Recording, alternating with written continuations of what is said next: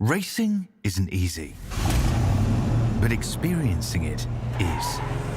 iRacing puts you in the driver's seat with the industry's leading sim racing game. Drive on laser scan replicas of the greatest racing circuits from around the world. Go head-to-head against other drivers chosen by skill-based matchmaking to ensure competitive racing at every level. Compete across all your favorite series. In officially licensed cars, engineered to deliver the most accurate driving experience possible.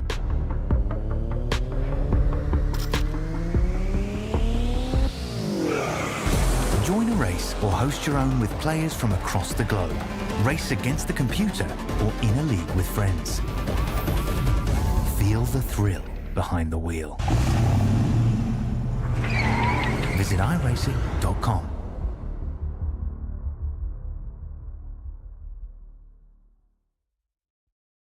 Racing is at the University of Northwestern Ohio. Racing isn't just a class, it's a lifestyle. Every single day, I go to class and we're thinking about racing. And on the weekends, it's about racing. Literally, my entire life is racing now, and I just love it. At UNOH, your classroom is a garage. Your homework, horsepower. And your network, the racetrack. Making the connections with all those people is huge. That's how you get somewhere in racing, and UNOH definitely helps you with that. Apply now at unoh.edu.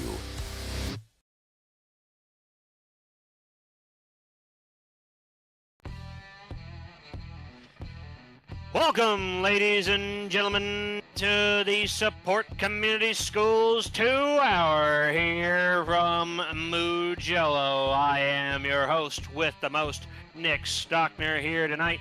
Ladies and gentlemen, I am solo paneling with a guest panelist here who's also pressing my buttons, Mr. Wesley Shaw. Wesley, how you doing tonight, buddy? We're doing okay. We just got off a 12-hour shift at the sweatshop, and we're ready to roll.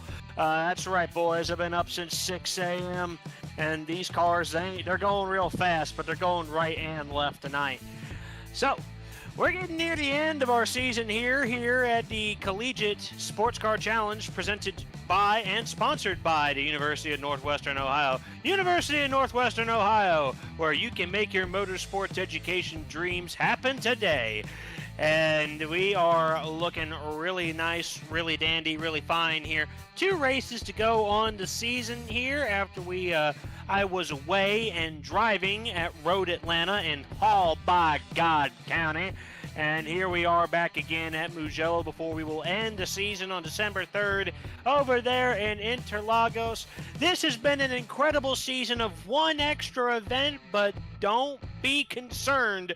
These next 2 races, including the one tonight, is going to be full of anticipation and full of action. I know I have a ripe and ready feel. Wesley, what do you think?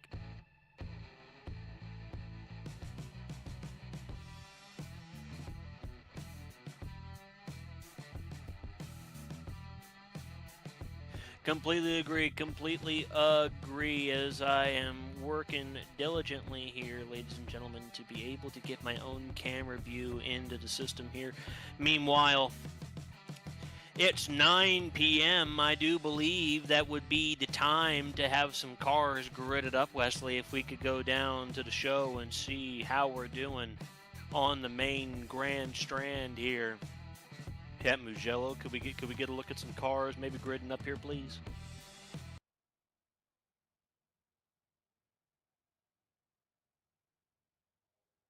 And I believe we can. Looks like Sean Campbell once again is going to be on the pole for GTPs. Jake Cummings on the pole for LMP2s.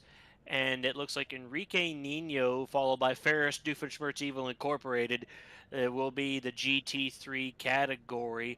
It looks like Sean Campbell has changed cars, or is that a Leaf's Cadillac? Wait, no, a Leaf drove a... Looks like Sean changed cars. I believe that is a drive-through penalty, if I am not mistaken, unless he has driven the Cadillac already once this season. And there is our Muhammad Leaf. Side note, Wesley, can they see those red lines on the screen there? They cannot. Cool. But I'm seeing Sean Campbell right there in the front. Sorry, folks. We're running. We are running by the seat of our pants here. You got to be a little bit wary here. As we're doing this on a very shoestring budget here. We do this for free and for the love of the game. We are not professional in the slightest. If you're going to get offended by the words I say tonight, I recommend turning it off, because this is meant for entertainment purposes, mostly in comedic only. As here we go through our system here, it looks like they're starting to get gridded up as we roll along. I've got a lot of different people I think I can pull in tonight for tonight's game show called Where We Treat You Like Family. If you're thinking about what I'm getting there, I mean, I'm talking about the greatest Italian restaurant known to man. That's right, the Olive Garden. Meanwhile, we got cars rolling on the field, and if I'm allowed to give my picks, I think I'm allowed to give my picks, and I will. My pick for GTP, I actually think that tonight is the night that Sean Campbell experiences some vehicular terrorism, and I think Alif has experienced vehicular terrorism in almost every single race this season. I don't think that changes. I actually think Hunter Hadesti is going to come away with the win in GTP. Meanwhile, in LMP2, we've had a lot of rough, tough, and humble battles between Cale Davidson and Jay Cummings. They definitely have gotten their elbows out this season, and they have been unafraid to give each other a little bit of the business. I think the car in P3, Adam Willoughby, is going to be ready for the strike and ready to take another win in LMP2. Meanwhile, in the category that has had the most attrition throughout the year, that's right, our lovely GT3 cars. Enrique Nino's won a race. Robert Kiesel Jr.'s won a race. But Ferris Doofenshmirtz Evil Incorporated in P2 there, he has yet to win a race. And I think tonight just might be tonight. Wesley, do you got some picks for me?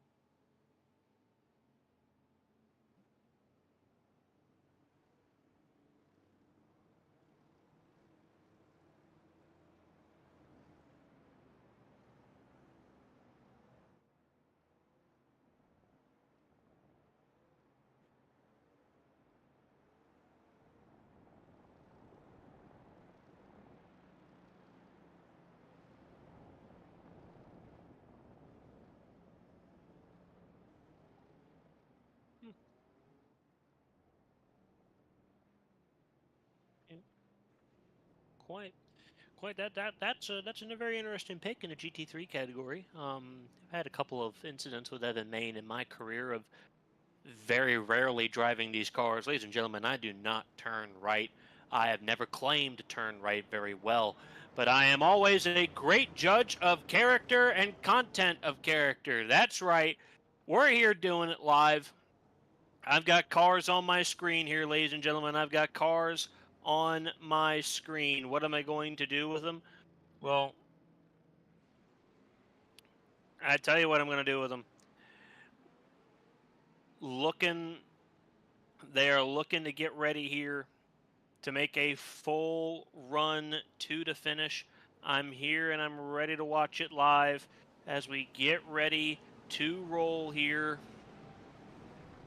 The pace car is coming around to, I believe that is the final bend. My Mugello is slipping me sometimes. But as I take a look here, yes, I've got Sean Campbell in the lead of this affair.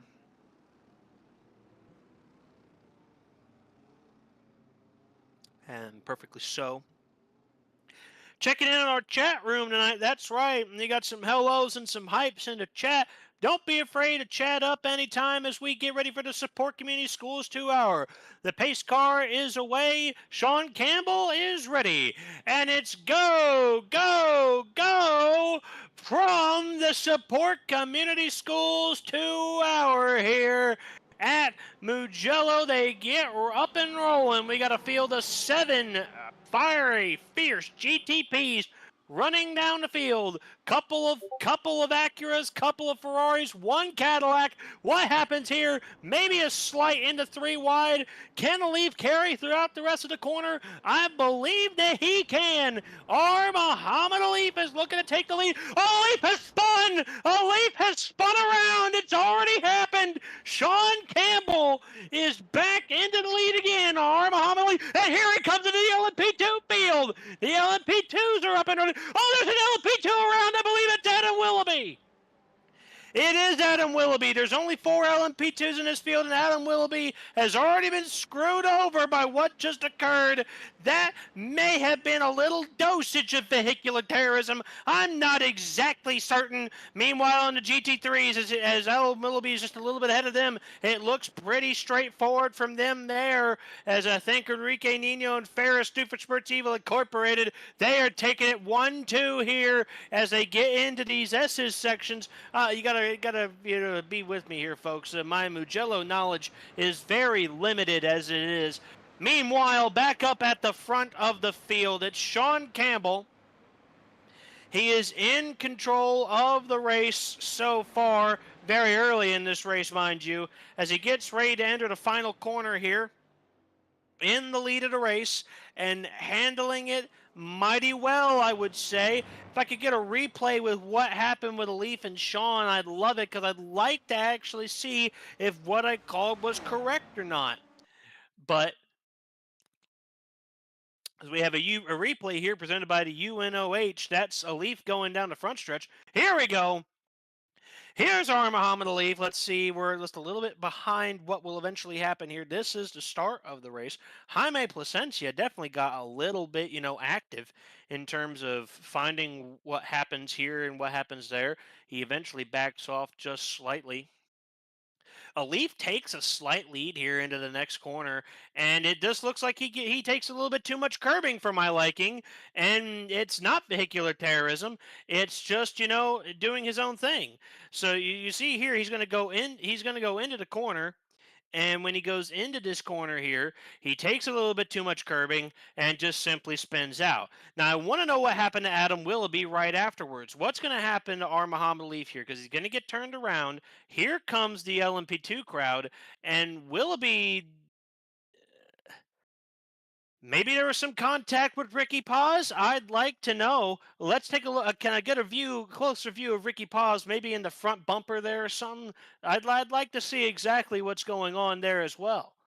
Okay, now we're going to take a look at this here. Let's play it live. Let me see what I'm looking at here. Okay, let's get this angle. I believe there was some contact. There may have been a slight amount of contact, and I think that slight amount of contact gives me all the reason to do a little bit of this here, folks.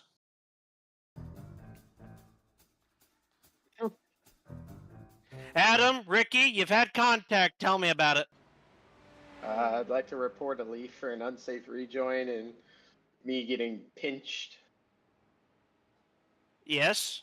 Ricky, thoughts? I didn't even know Alif was there, so we've already talked about it. There's no beef. The real beef's between us and Alif, I think. Well, this is just piss poor. I bring these two people in here to talk about what the heck's going on and why is there a car around, and they're not even mad at each other. They're mad at another guy that I can't even bring in. Just get the heck out of here. I don't need to be talking to you two right now. Go and race. Wesley, I had an angle there. What happened?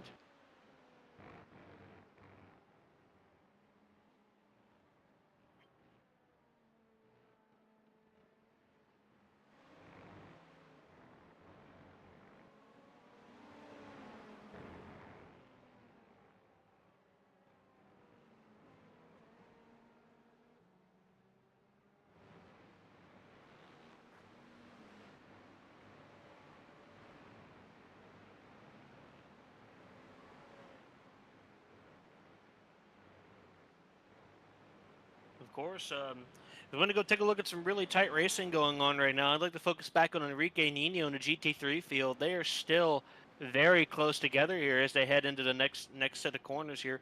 I believe we're looking at 3 turns to go before the end of the lap here. Heading into the backstretch S's section before we head into the front stretch here, Enrique Nino is managing very well right now with, I believe that is Ferris Doofenshmirtz Evil Incorporated. Robert Kiesel Jr. behind him, and a Nick Henley behind that. That seems to be the field this evening. A question for our chat room, ladies and gentlemen. A question for our chat room. What would you like me to ask these people tonight as I pull them in? And I'm getting reports, Wesley, that we can't hear you on the stream. I'm getting reports that we can't hear you on the stream, is what I've been told at this time. I believe there was a car off in the GTP field. I believe that was Hunter Hidesti that went off there just slightly. I believe, though, he is back up and in control of his car. Meanwhile, where we are looking at Enrique Nino, we're looking at Ferris Krippendorf here. They are running really tight with each other right now. I think Ferris has definitely done a very good job of managing himself. Now, unlike other Clemson University cars, not Ferris here, who they run orange wheels because they're part of an organization, an intercollegiate organization that's also a professional team outside of here called Orange Wheel Racing. Ferris Krippendorf isn't part of that team, and he runs purple wheels for reasons I don't really know.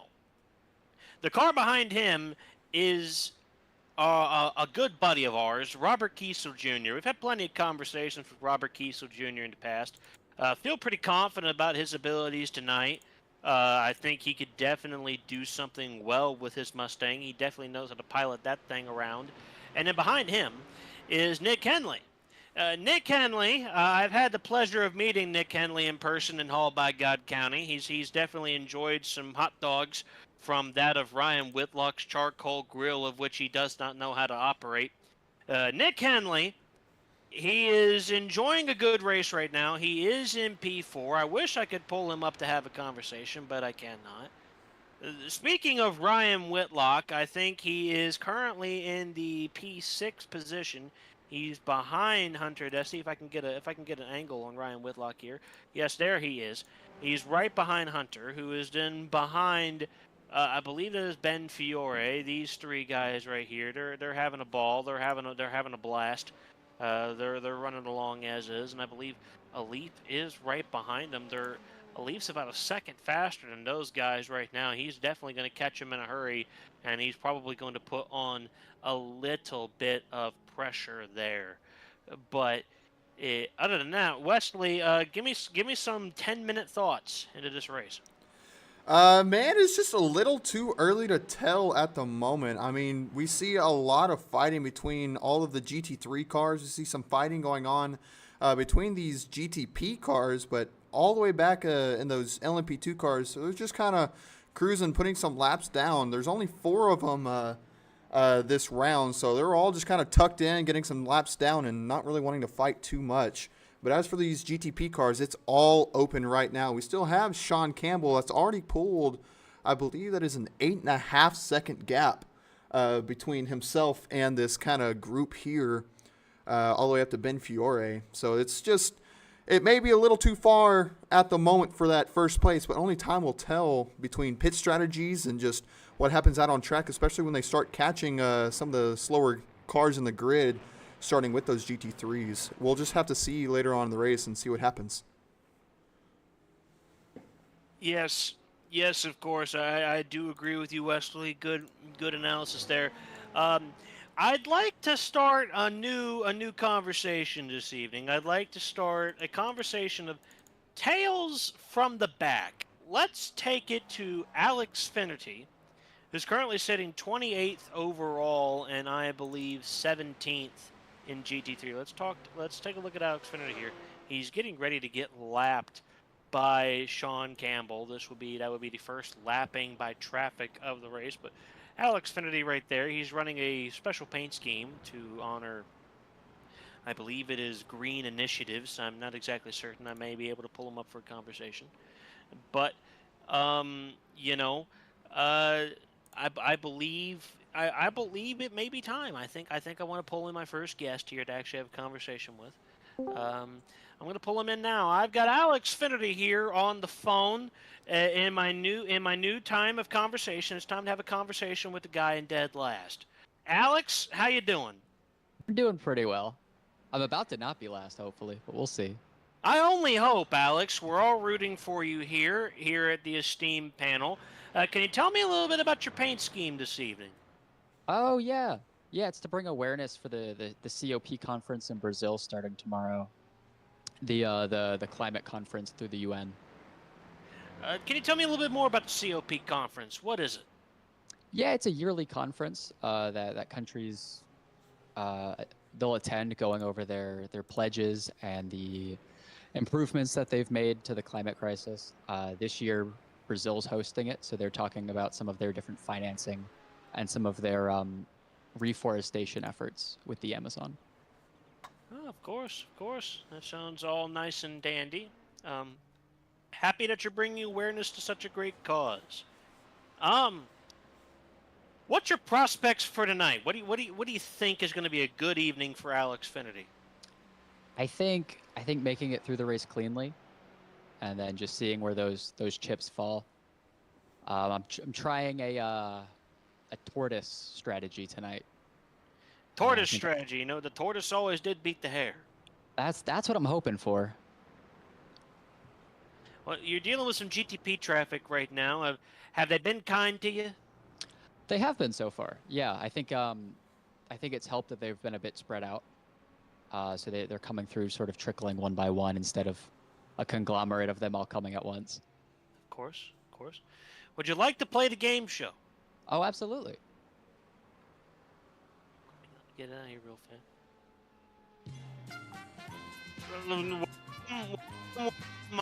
I am your host, Emil Gorbachev, or whatever the fuck his name is. I don't know.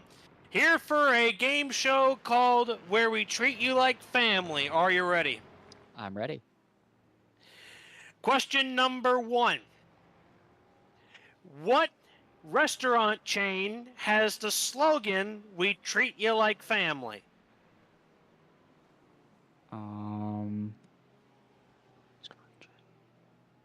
Raising Cane's? Is that your final answer? No. Well, too late. You gave one, and the correct answer is actually Olive Garden. You got to think, Affinity. We're here in Italy. I'm That's a going to good be point. looking for an Italian restaurant. Okay. So, that's okay, Affinity. That's okay. You got a really good looking paint scheme. It's got a lot of good initiatives going on. I'm going to let you thank one person. Okay. Want to thank my girlfriend Cora for watching. Cool. And he thanked his one person. And I did not know he had a girlfriend. Good for Finnerty. Wesley, thoughts? Man, I mean, that's a great cause that he's racing for. I love the paint scheme on the car. Definitely glad he thanks his girlfriend. I think his girlfriend's probably definitely going to be happy that he thanked her. Or otherwise, he'd probably get some few choice words after the race. Of course. Of course. Meanwhile, I'm getting reports. I am getting reports that the battle for LMP2 lead is getting really heated up there with Cale Davidson and Jake Cummings. There's Cale Davidson right there. Jake Cummings right behind, sniffing down the rear end of that car like it's nobody's business. Between him and shout out to Adam Willoughby. He has definitely recovered. He's only 14 seconds behind after that venture into the gravel at the very beginning of this race. 15 minutes into this affair here this evening, and I do believe, personally here speaking, that I think that these boys are going to give us a really good fight. It looks like Cale is managing for now Want to put it on Christian Hill here because he's got a really tight battle going on with Hunter Hidesti and with R. Muhammad Alif. You got 3 GTPs here. They're doing a little bit of bobbing, they're doing a little bit of weaving, they're doing a little bit of skiving here and there. They definitely are getting a little bit interesting right here. Look at Hunter Hidesti. He goes to the outside. He tucks back in. Is he going to block? I think he is. There's a Corvette right there as well. That looks to be Nick Henley. Oh, no, that's not Nick Henley. That's Kelton Quick. Kelton Quick gets out of the way. Good show, lad. Good show right there.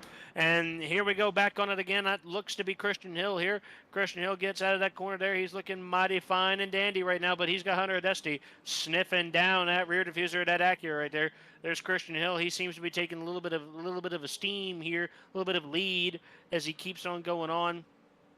And I think I see Ryan Whitlock there behind. He's having a little bit of trouble with the GT3s tonight, Ryan Whitlock. That's a little bit out of character for him personally. But there looks to be Evan Main, where he is now getting passed by Christian Hill, who's put a little bit of help there. And there's Hunter Hidesti, who's still blocking R. Muhammad Alif, handling traffic and such. This has got to be some of the drive of Hunter Hidesti's life right now. He knows he's got a car behind him that, quite frankly, R. Muhammad Alif is pretty darn talented at doing this stuff. And Hidesti, while he is talented in himself, he's not quite to the level of Alif in terms of handling GTPs around this facility here. But he's definitely held him in check and held him in tow. As they get around the corner there, it looks to be Christian Hill's kind of really looked to get away as they go through the field here and back down through the front stretch. Hunter's going to be definitely looking to get a little bit of tow here from Christian. A little bit of gamesmanship here as Christian and Hunter are on the same team, both in Orangeville Racing. And R. Muhammad Alif didn't really have anything for him there, as it looks like Hunter is going to be able to survive for another couple of laps. But he's definitely racing very intense here, as there is Nick Henley, and Nick Henley for real this time. It looks to be that this is going to be another episode of some pretty tough traffic here. Christian in the gravel a little bit. Here comes Hunter to the outside, and goes with him is R. Muhammad Alif. That was very easy for Alif to get around him, but Hunter had a little bit more issue with that episode of traffic. Here comes Robert Kiesel Jr., and they're both still very tight, neck and neck here, handling a lot of curbing now as the tires have come with the temperature, something that Alif had to learn here after the first lap shenanigans there of him just, doing what he did. As everything runs smoothly here. Oh, that's not a very good show there from that BMW. That was a pretty nasty block right there. Alif tries to lunge. It won't happen this time around, but that's okay. There's still an hour and 42 of racing left, as Hunter's definitely in the grass. He's definitely mowing. That's lawnmower mode right there, and it's cost him a position. It has cost him a position, as he was driving so good until he wasn't. In fact, he was doing that. And I don't think I have the opportunity to pull him in for a conversation. I don't think I do. Hunter is doing Hunter things somewhere else. That's unfortunate. But for the rest of these people in the show this evening, they're doing what they're doing. They're having a ball, I guess.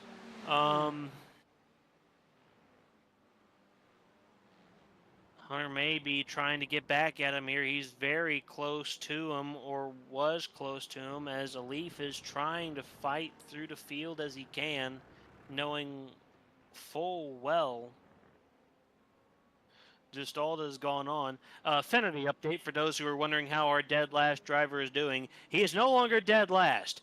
Jacob Dick is now 4 laps down due to an event of which I do not know, but he is wrecked out.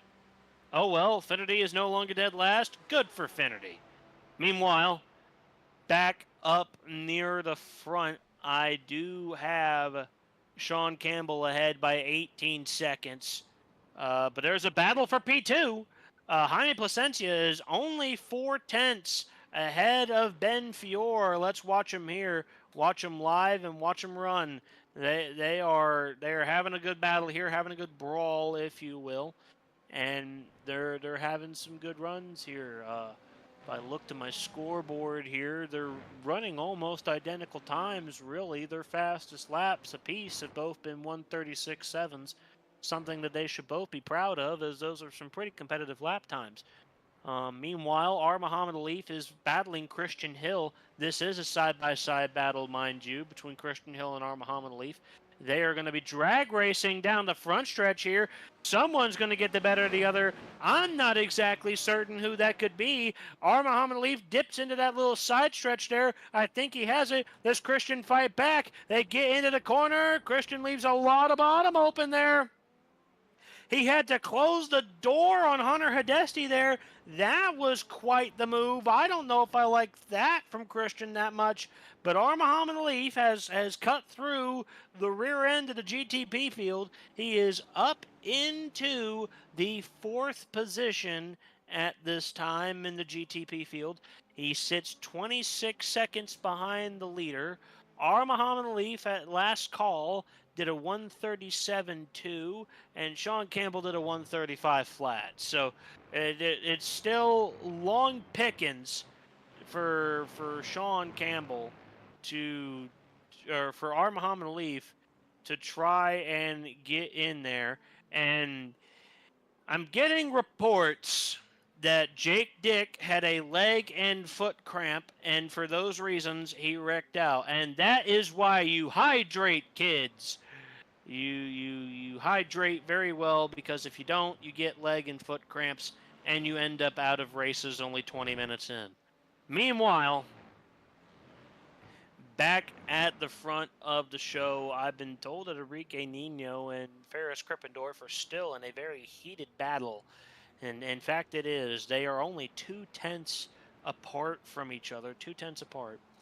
And they're doing what they do, and they're having a good battle here. And I believe there's Nick Henley there in P4 of the GT3s. He's having a battle of his own there, right alongside with, that is Robert Kiesel. Robert Kiesel looks to be getting just a little bit of a boost there, but here comes Henley. That Mustang, it's big. It cuts a lot of air. That gives Henley a lot of opportunity to really suck in and have a good show here. And it looks pretty good here, and Henley decides this time to not handle it. I have been told that there has been a happenings between Hunter Hidesti and Christian Hill. Now, and it has ended up with Hunter Hidesti spun round. If I could get a replay, please, I would definitely like to go over what just occurred. So Hunter Hidesti, he spun round there, but what happened? Let's take a look as we go through the front stretch here, and look at him go. Look at him swerve. Hidesti to the outside. Did he get enough room? Oh, he got hit. He got hit. Let's take a look at that. Let's take a look at that other quarter panel. Not that. Yeah, let's take a look at that one. And ooh, that's a turn. That's a punting right there. That's not cool at all. And that's gonna hurt Hunter Hidesti. He's now back into last of the cars in the GTP class. He is still in the race as we speak right now, but that is unfortunate for Hunter. I don't have him available to pull him in. I would for a little bit of beef court, but unfortunately so, it doesn't really look like that's going to be an option tonight for him. I can't pull in Christian either because he's muted and deafened, so I can't pull him in, but I can pull this guy in. Ryan! Hi, Nick. How you doing? I'm doing all right, buddy. How are you? We're hanging in there. You have just benefited from some more Christian Hill terrorism. Tell us about it. It looked to me like, and I was worried about my own corner at the time. But it looked to me like Hunter went for the outside move around turn 1, which can work, because that gives you the inside for 2, so that can work. But I think Christian ever so slightly broke just a bit too late, given his slightly shallower line, and it looks like he washed out into Christian a hair. I don't know for sure, but I mean, he did apologize for it. Like Hunter, or I think Christian said, "Sorry, Hunter," and then Hunter was like, "No, you're not." And I laughed because Hunter's super based. So yeah. Well, you pretty much just told it exactly how we saw it. Christian definitely washed up into. I'm sad that Hunter's not in a voice chat because I would have loved to do some beef court. That was a prime opportunity, but I'll get back with you later. Hold on one second. Christian, you committed vehicular terrorism. Tell me about it. I really don't kind of know what happened. I mean, Hunter sent it around me outside. I'm not sure if I slid up or he turned in. You slid up according to our cameras here. Well, rip. That is unfortunate for you, sir. How's your race going otherwise? Pretty rough. The setup's not great. Super slidey. Yeah, I have a lot of understeer, so that makes sense for the slide in turn 1. So yeah, it's not great. As that Christian Kim just scared the shit out of me. Oop, the butt out of me. I don't know, whatever. So Yeah. Well,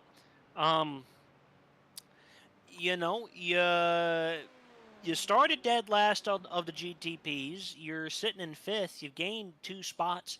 You saw a Leaf spin in the very first lap of the race. What would constitute a good race for you right now? Right now, I'd say P4. I'd love a P3. I think P3 would be the best I could finish. Because Jaime and Ben are super quick, but I don't think I can. Yeah, so P3 would be like astronomical. P4 I think is a realistic, but or there's Sean and a Leaf. So yeah, P5 I guess is probably the fastest I'm gonna be. Of course, I think it's a pretty reasonable goal for you. Would you like to play the game show? Sure. Yeah, welcome. My name is Chef Emerald. I'm here live at my Italian kitchen for a game show called Where We Treat You Like Family. You ready to play? Yes, sir. All right, question number 1. What restaurant food chain's slogan is "We treat you like family"?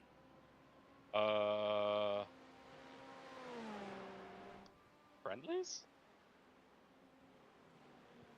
That would be Olive Garden, sir. We're in Italy. We're looking for an Italian restaurant. I see. Unfortunately, though, sir, that's going to be it for you this evening. You get to thank one person. I'd like to thank Ben Fiore for being Italian. There you go. He gets to thank one person. That one person is who he thanked at this time. All right.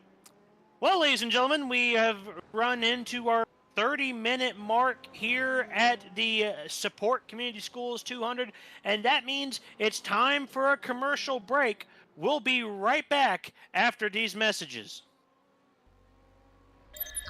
Of Northwestern Ohio, racing isn't just a class, it's a lifestyle. Every single day, I go to class and we're thinking about racing. And on the weekends, it's about racing. Literally, my entire life is racing now, and I just love it. At UNOH, your classroom is a garage. Your homework, horsepower.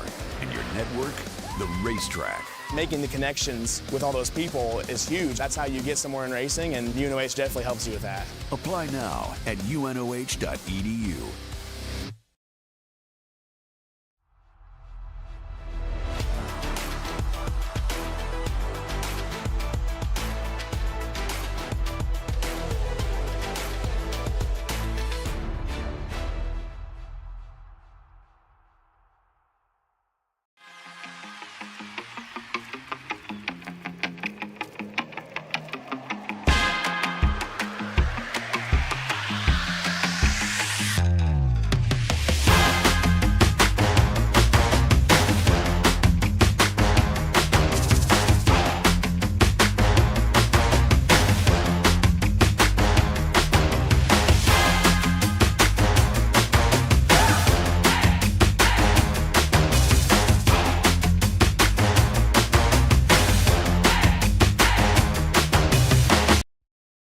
Racing isn't easy, but experiencing it is. iRacing puts you in the driver's seat with the industry's leading sim racing game. Drive on laser scan replicas of the greatest racing circuits from around the world. Go head-to-head against other drivers chosen by skill-based matchmaking to ensure competitive racing at every level. Compete across all your favorite series. In officially licensed cars, engineered to deliver the most accurate driving experience possible.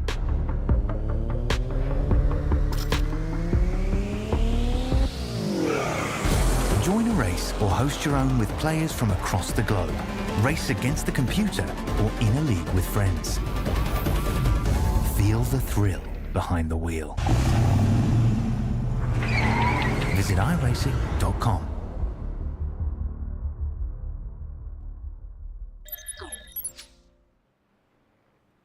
Welcome back to the Support Community Schools 2-hour here from Mugello. That commercial break was brought to you by the University of Northwestern Ohio. The University of Northwestern Ohio, where they are the leaders in high-performance education. If you want to learn more about high-performance education and all the benefits it can bring you, find out today at unoh.edu.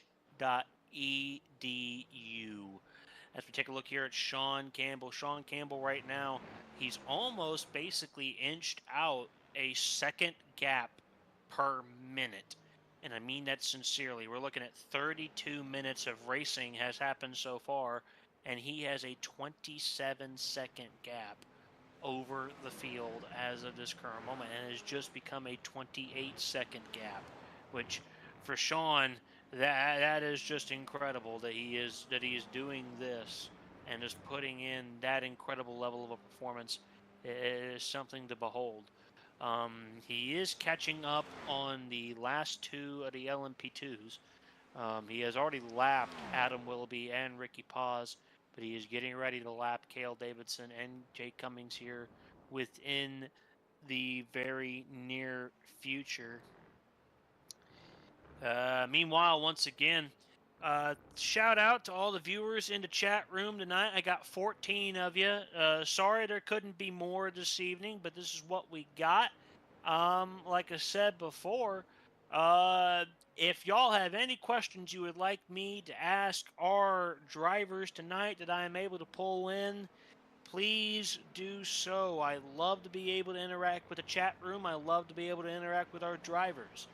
And with that being said, I'd like to get back to a conversation I was trying to have. I'll pull him right back in here now that I get to have my full conversation with the man who is currently sitting dead last amongst GTP cars. Ryan Whitlock, tell me now about just your race in general. This is a weird track in these cars, and I don't love the setup I have, but I don't think anyone does. I mean, my pace is okay. I just gotta kind of make it happen, really. Yeah, the only. With that being said, as you pass Evan Main, who has a significant amount of damage, I wonder what happened there with that. What would constitute a good race for Ryan Whitlock tonight? What would constitute a what? A good race. A good race. Do you want the nice answer, or do you want the real answer? I want the real answer. I want Christian. Okay, that's what I wanted to hear. That's what I need to hear, and that's what I'm gonna get to hear. If that's all you need to do, buddy, I wish you Godspeed. I think I got a shot. He spends more time on these cars than me, though, by a margin. I think you do. The chat room tonight, question for a driver that I can't pull into the booth. He has a question for Cale Davidson. Why would Cale allow himself to get passed by Jake Cummings? Probably because Cale didn't want to get wrecked, because Jake has a history of doing that. We just have to call it like it is. But Ryan, would you like to play the game show? I'm surprised, impressed, and glad that you've got a game show today for me, buddy. That's what I like to hear. Welcome, welcome, welcome to the game show where we treat you like family. Are you ready to play? Yes, sir. All right, question number 1. What restaurant chain has their slogan, where we treat you like family? Where? Oh, jeez. Where we treat you like family. God, I don't know. I'm gonna say fucking like Chili's. The correct answer, sir, is Olive Garden. We're here in Italy. We're looking for an Italian restaurant. That makes sense. That believe it or not, no one has gotten the first question Really? right tonight. I haven't even had to pull out the other 2 yet. Can I at least know what the other ones are?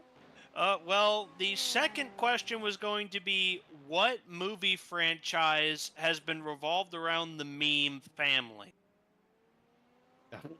Okay. Yeah. And then the third question is, we're here in Italy. How many countries are actually inside the country of Italy? Oh, that's a good one. I think I know that answer, but I won't say it for the sake of the future of the game show. But I know it's plural. Yeah, it is plural, so the answer is at least more than one. Okay. Well, with that being said, Ryan, you get to thank one person. I get to thank one person? Yeah. You for being a trooper in the booth tonight. Thank you. And that was actually pretty nice, Wesley. That was pretty nice. Can you give me some thoughts? Yeah, I think that was pretty nice, honestly. Little angry, a little upset he didn't thank me at all. I'm sitting right here behind the desk. Well, he only gets to thank one person. Well, you could have just thanked, broadcast in general. That's saying one thing. Well, that's more than one person. No. A problem. I don't know. I wouldn't have had a problem if he would have thanked both of us. The rules are very simple, Wesley. You got to get used to this if you're going to do this job.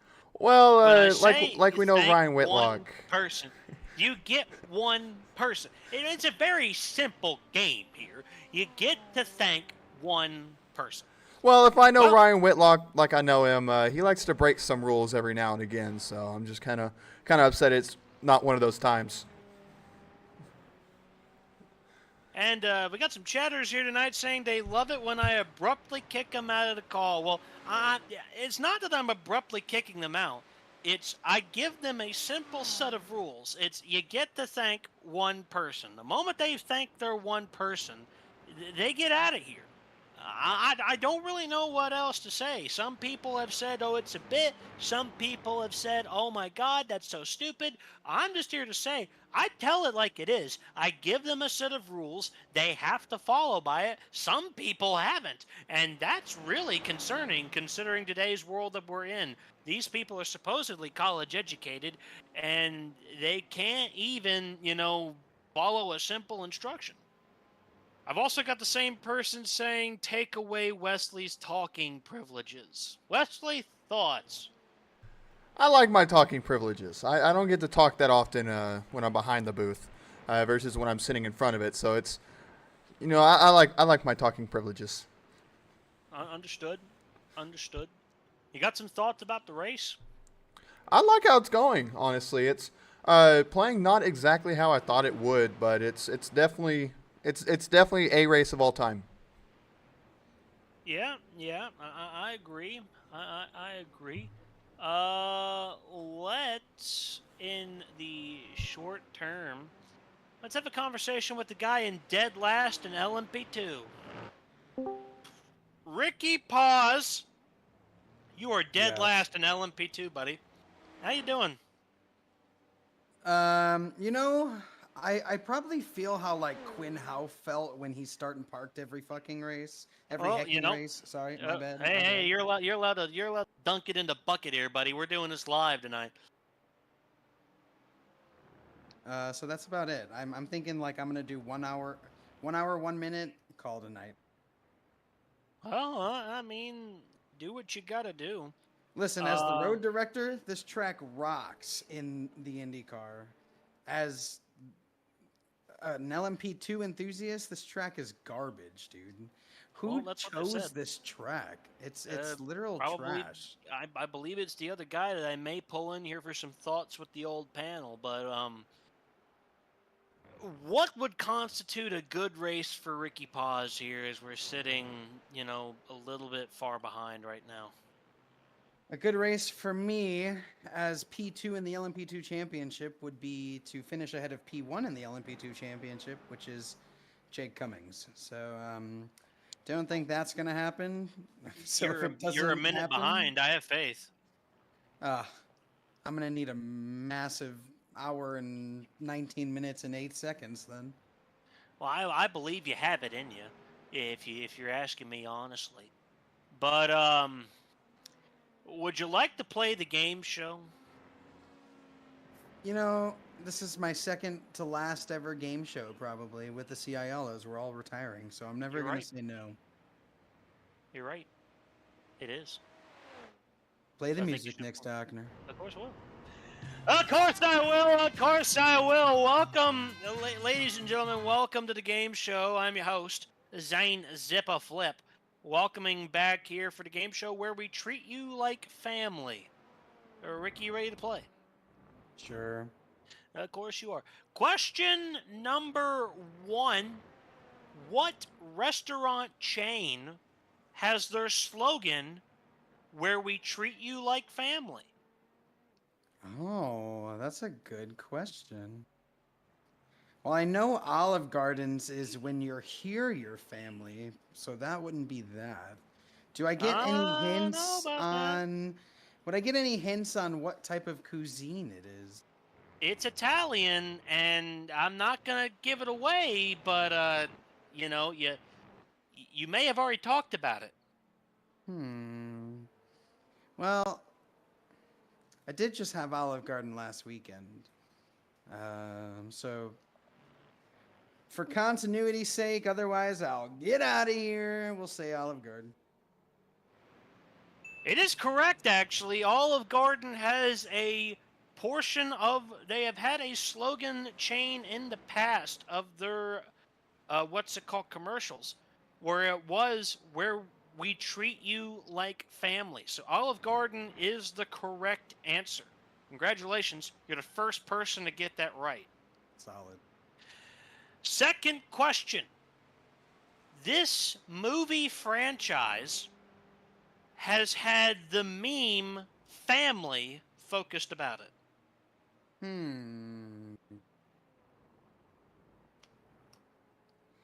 I do know this, but I fear I fear that maybe I'm too confident, so I'm gonna take 5 more seconds to think about it.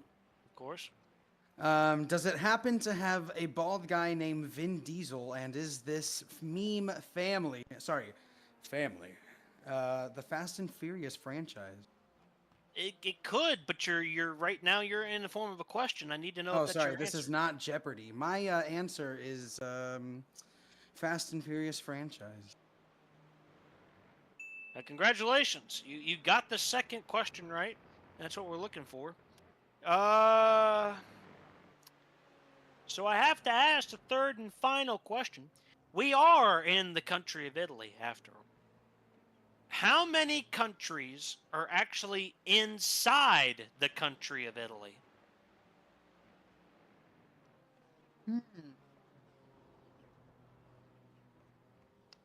Hold on, I'm stuck behind a GT3. Let me ask a clarifying question. You're saying countries inside of the country of Italy. What constitutes another country? Another massive body of land? A sovereign state recognized by the United Nations.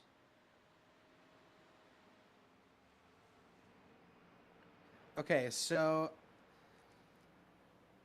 there is one country recognized as a sovereign state inside of Italy. Does Italy count as its own country? So, like, Italy plus another country would be 2? No, or Italy does not count. There are multiple countries recognized by the United Nations inside of Italy. I need you to tell me how many. multiple countries inside of Italy? Yep.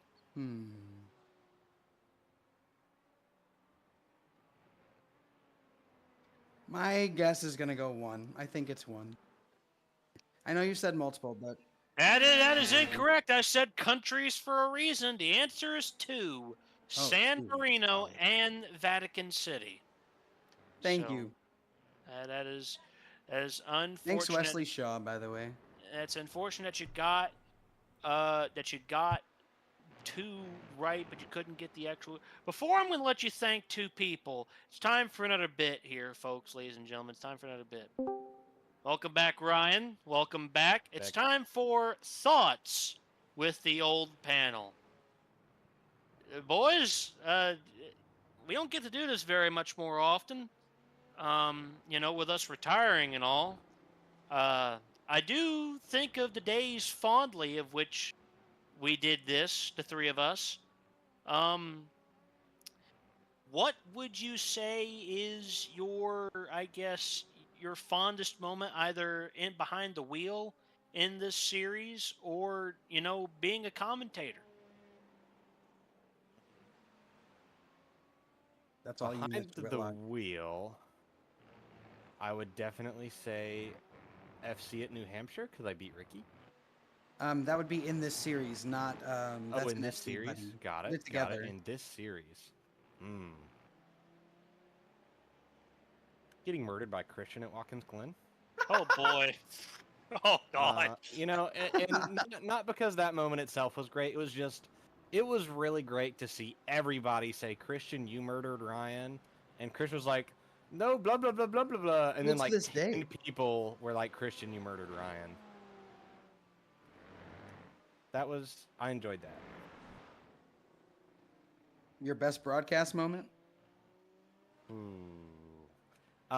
Drew, up a hill, down a hill. These Netflix drivers. Yeah. Have you seen roundabouts lately? Then he wrecks immediately. Yeah, they're crazy. That's a good one. My favorite moment behind the wheel has to be Indy win from wet to dry. That was actually my second CIL win. So after a number of years, it's nice to have two to my name, which is pretty cool. Never thought that would happen. So happy that happened. That's my best moment behind the wheel. Had a phenomenal drive that night this season. So we'll put it at that. And then my favorite broadcast moment, other than coining the term "get him out of here," with my best friends here in the panel. It has to be that Bathurst race. That Bathurst race was phenomenal, and Nick Stockner's call of one Ball State driver driving backwards into the chase, I think it was. Phenomenal, clip-worthy CIL moment of all time. So those are probably some of my favorite moments with CIL CSC. Well, I definitely think of those fondly. If I had to answer my own question, I don't really have a good moment behind the wheel in this series. Yeah, except for you at Road Atlanta. I didn't do it very often, to be completely truthful. Nick, you won Watkins Glen alumni, dude. You're right, I did. That is my claim to fame. I have an alumni at Watkins Glen when this series was GT3 only. At the first year of it being GT3 only, which was that was quite entertaining. And definitely, I think while broadcasting, it definitely wasn't from this year. I think the only entertainment I had this year really was just saying how many times people died at Indy in the rain. But if I look back to last year, I definitely have to go with. I had Clint drunk in the booth with going head to head with Ryan, and at Nordschleife. That was a pretty funny time. To be alive, but That's thoughts with the old panel. I'll drag Ryan back away. Ricky, you did get 2 questions right in the game show. You get to tell me 2 people you'd like to thank. Gotta thank the fiance, my future wife. Phenomenal person, phenomenal future wife. Can't wait to marry her. Super happy. Second person, the entire embodiment of the CIL team. Okay, good love you. That's too many people. That is too many people. I asked for 2. He gives me like 16. So, that is slightly unfortunate in its own. Zach Veet says, is Patrick Veet in this race? And the small answer is no. The long answer is no. So that's cool. Meanwhile, I've been told we have great chemistry up here. It is that's a nice thing to say. Question for commentator: does competitive sim racing make you a better drunk driver? Well, for legal reasons, I'm going to plead the 5th. Wesley, thoughts? My lawyer has advised me not to answer this question, except to say no, it does not. Of course. I couldn't agree more. I think your lawyer's a good man. Meanwhile, our Muhammad Alif has just recently passed Jaime Plasencia. He is now up into P2 of this affair, and he is running 136.3s at this current moment in time, and Sean Campbell's running 136.2s. So the gap has flattened, if you will, between these 2 cars, and it unfortunately would mean that probably between these 2 it's going to be 1-2 for however long it ends up being. And we had a car out, car in the gravel, trying to see who it was. It looked like it was Chase Gerard. Ended up going into the gravel there, as we see. He ends up spinning here. Yes, I think that's what it's going to be. I think it's going to be a spin. As we're getting up through the corners here, he's looking really good. He's looking really clean. But it's eventually going to come all crumbling down. I'd like to know how. He just overcooked it there. Hits the wall, has a little bit of front end damage, and as a result, backs it up to try to get a good angle out. That is unfortunate for him at this time. Chase Gerard, he was running, I don't know where, but he's running in 25th overall now. But that is what it is. Alex Finity update. He is not dead last. In fact, he has passed 5 cars, 3 on pace, and 2 because of attrition. So Finity is now up into what I believe is P12 on the board. He is a minute 20 behind the driver that he is hunting down, which would be Enrique Nino. Meanwhile, Sean Campbell is running away with it. He did a Leaf did a 138.9 last time around. Sean Campbell did a 135.4. This man, quite frankly, cannot put a foot wrong. The only place where he can go wrong is he still doesn't know how to operate a charcoal grill, which I saw live and in person. Thank you for asking. But he has just come across the line for another lap of 135.7, which was in traffic, mind you. Meanwhile, our Muhammad Alif, he's not even to the backstretch S's yet before we even get to the front stretch for his next lap. That's how far away he is at the current moment in time. That's an extreme amount of gap as we head down into the last hour of this affair. we're going to try and give it to you in the cleanest and best way possible. But as we sit here and talk about the race, I'd be hard imposed to say that we're at the 1 hour mark here, presented by the University of Northwestern Ohio. And I believe that comes time for a commercial break. We'll be right back after these messages. Of Northwestern Ohio.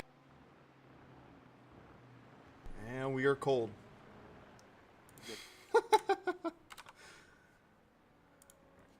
Shout out to the man, the myth, the legend, thinking 16 people at once. Well, that's a very interesting deal for him. I tell you that much for free.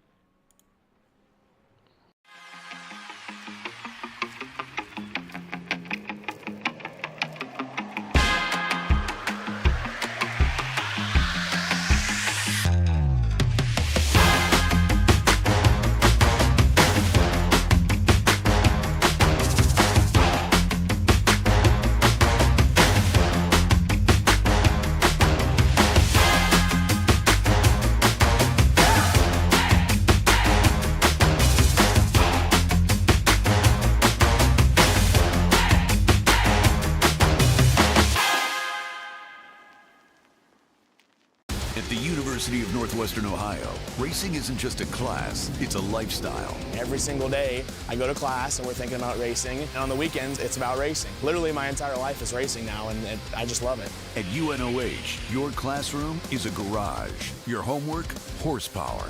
And your network, the racetrack. Making the connections with all those people is huge. That's how you get somewhere in racing, and UNOH definitely helps you with that. Apply now at unoh.edu. Racing isn't easy, but experiencing it is. iRacing puts you in the driver's seat with the industry's leading sim racing game. Drive on laser scan replicas of the greatest racing circuits from around the world. Go head-to-head against other drivers chosen by skill-based matchmaking to ensure competitive racing at every level. Compete across all your favorite series. In officially licensed cars, engineered to deliver the most accurate driving experience possible.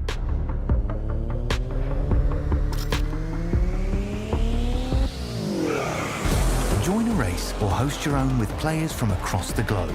Race against the computer or in a league with friends. Feel the thrill behind the wheel. Visit iRacing.com.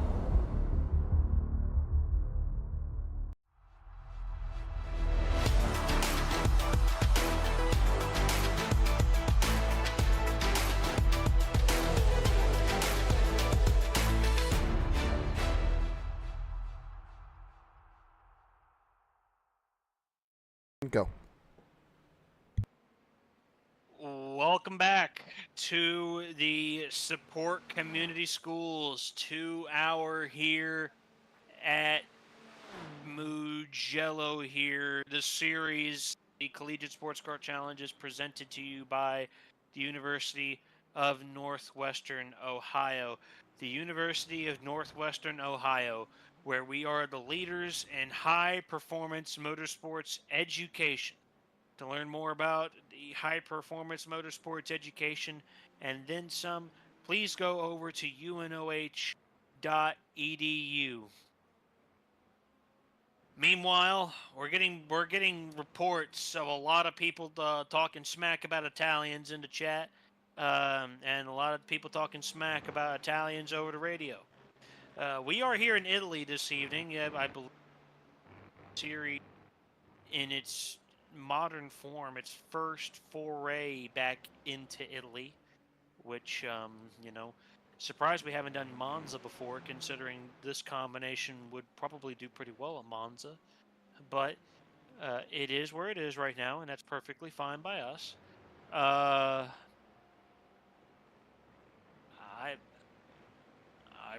I really, we got people speaking really bad Italian right now over the radio, and that either.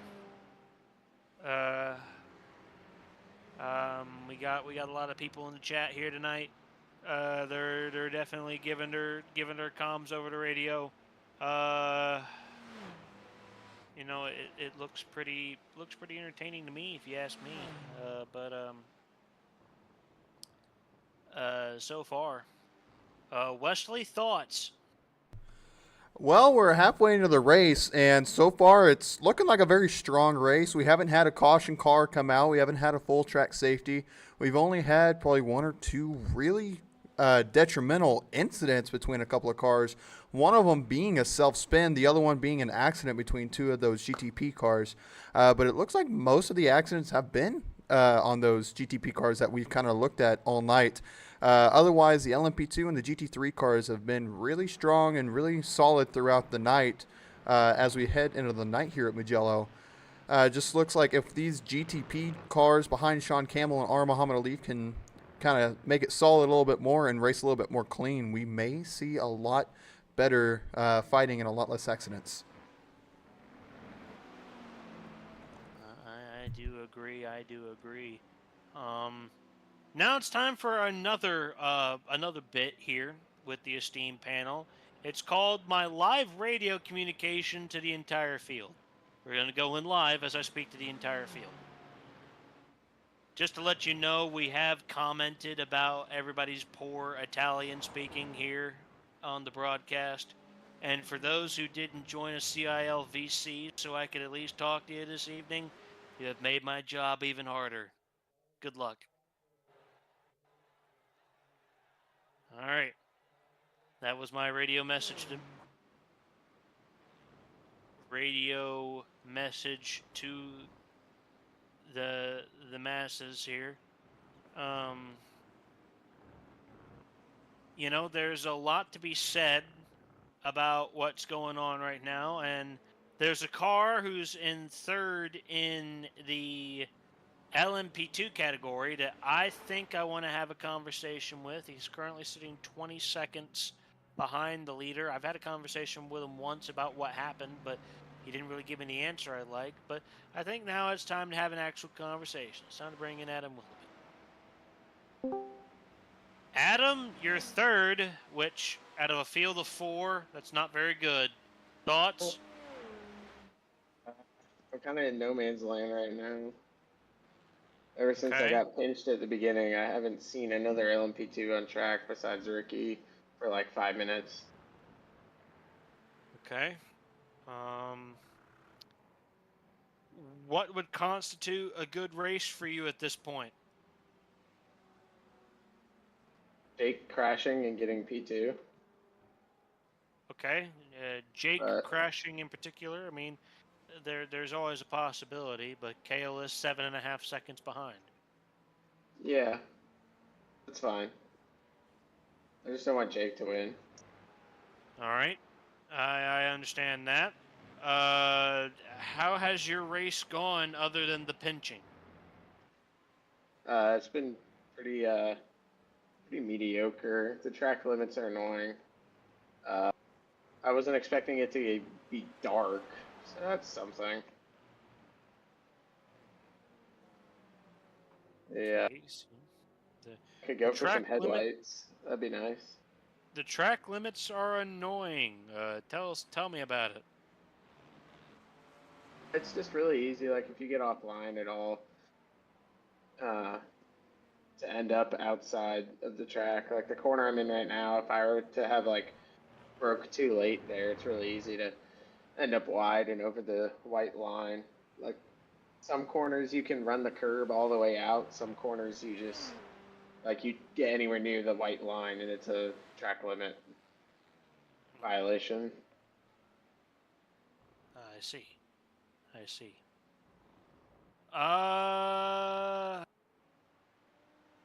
So, I've been asked this question here to see, would you like to go to Italy?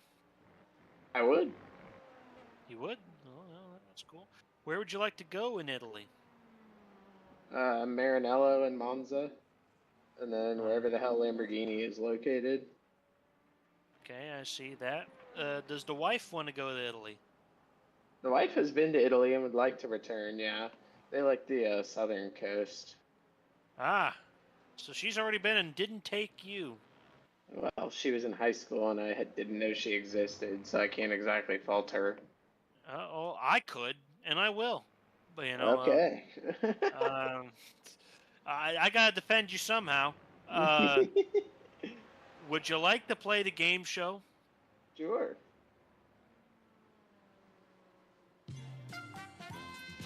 And that's welcome to the game show. I'm your host, Zane Zippa Flip. Tonight's game show is called Where We Treat You Like Family. Are you ready to play? I am. All right. Question number 1. What restaurant chain has had the slogan, Where We Treat You Like Family? Oh, jeez.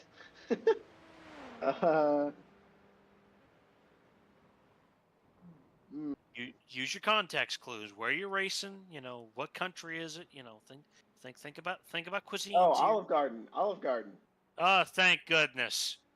All right, he got it right. And that's good. That's good. Quality stuff here. Question number 2. What movie franchise is known for me family? Sorry, could you repeat that?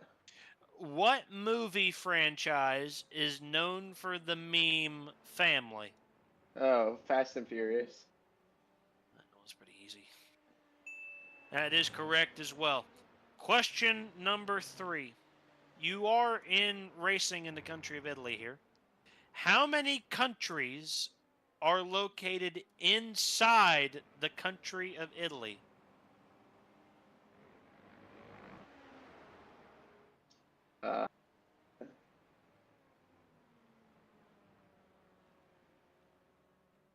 I'm gonna say 1 because I know 1 for sure. So I don't know if there's another one. You're only going to say 1. I don't know if there's another one. Because Vatican City's 1, but I don't know if there's another one. Uh-huh. Well, is 1 your answer? Yes. The answer is 2. You got Vatican City right. The other one is San Marino. That's its own country? It is its own country, and it is located entirely within the country of Italy. Dang. But nevertheless, Adam, you did get 2 questions right, so I'm going to let you thank 2 people. Wow. Let's see. Today, I'm going to thank... Does my cat count as a person? Nope. I'm going to thank my mom for shipping me a pair of pants that she bought for me in Florida. And I'm going to thank my coworker Jason for making... He didn't even thank his wife. Bree, if you're watching this, Bree, you need to have a conversation. Maybe go to a lawyer. I don't really know, but that's pretty poor from Adam there. He's married man, good and happy life, and can't even thank his wife. That's pretty poor showing right there. Wesley, thoughts? I mean, he didn't thank his wife, so that's up to him. So that's his problem, not me. We'll see. We'll see if he continues his path of life, his continuance of existence, once his wife knows and learns of him not thanking her. Indeed. Looking through the field here for some tight battles. I'd like to see one if I've got one. Let's see. Let's think about exciting. That's Jaime Placencia is not really exciting. He's all over the place. Yes, Robert Kiesel Jr. He and Nick Henley. They're trading blows right now. They're only 0.4 of a second apart from each other. Here's Kiesel. He's currently in second position right now. He's having a ball. He's having a blast.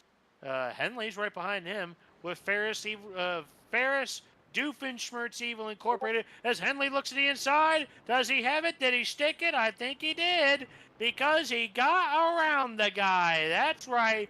He got around him. How about for Nick Henley? I finally get to commentate a pass live in person. How about it? Congrats, Nick. I'm very proud of you. Thank you. Shout out to Nick Henley. He did it. He did it live. He did it.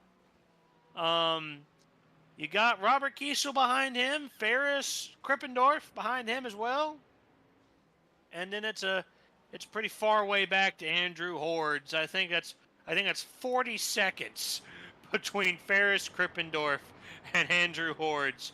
It's a 4-horse race here in GT3, and in LMP2, it's not even a 1-horse race. It's a 2-horse race. It's a 1 stallion and 10 donkeys back there, with the way that Sean Campbell is just, beating the piss out of this field, as he's done pretty much every single race this season.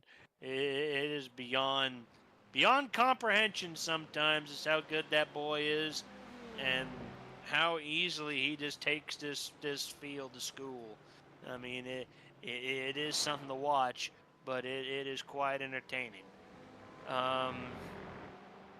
As I look towards no extra chats this evening to comment on, but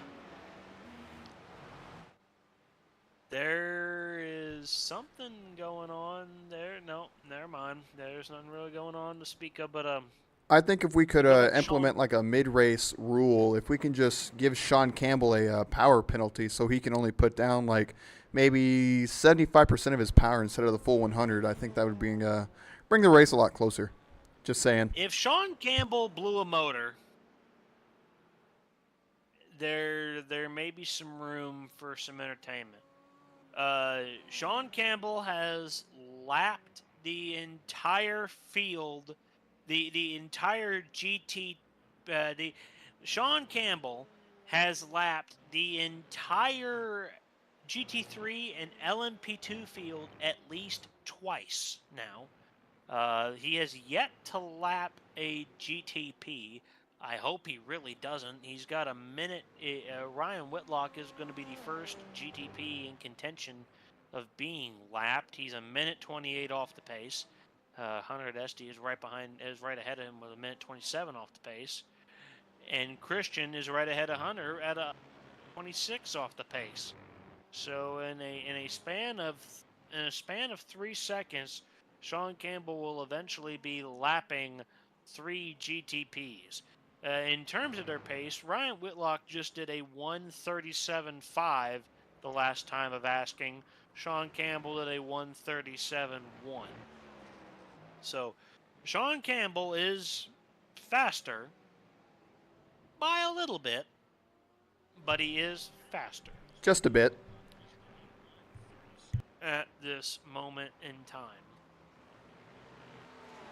Meanwhile, Ferris Krippendorf, he is 0.7 of a second behind Robert Kiesel Jr. And he could potentially, depends on how these next set of corners go, he could be looking for a passing opportunity. But I got some more. I got a comment from Wesley here on the stream. Shout out to Nick and Wesley for the best broadcasting CIL has ever seen. Yeah, we ain't even close, buddy. But I mean, we're trying our best out here right now. No, I think we're the best. I have no idea who that Rich Revs guy is. No clue. I don't know who Alex Gagnon is half the time. He's a guy that I haven't been impressed by in the past, and I don't know who a couple of the other guys are who do the stuff on Wednesdays anymore. I think they're pretty boring people. But it's a privilege to do this and do this for as long as we have. My time in the CIL is coming to an end, to some people's joys and praises. I know the Ball State parents of the world do not like me, and which I don't like them either. But we're going to enjoy the last little bit that we have here with our last couple races of CIL work amongst ourselves here. And it's been a rather enjoyable episode here. As we got a three-way battle here. That's Henley, that's Krippendorf, that's Kiesel. What's going to happen right here? They're coming down the front stretch. They are all over it. 3 wide. Finnerty involved. What's going to happen here? Does Henley have for him? Henley does. Krippendorf to the inside as well. Krippendorf gets argy-bargy. Krippendorf with a pass. I've said Krippendorf too many times in the past 10 seconds. Krippendorf is all the way up in the P3 right now. Doofenshmirtz Evil Incorporated. After hours.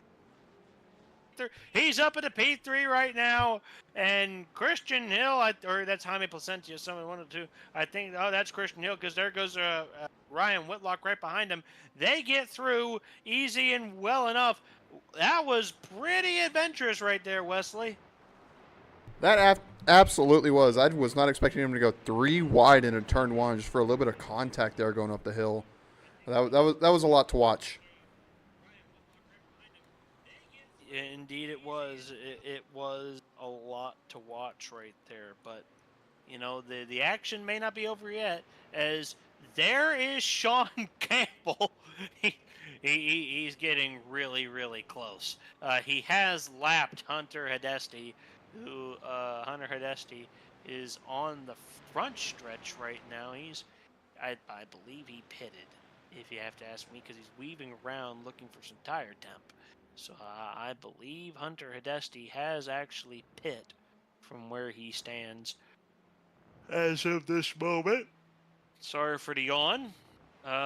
Meanwhile, Christian Hill, he is also in the pits. We've got some takers here. We've got some people looking for some pit stops here.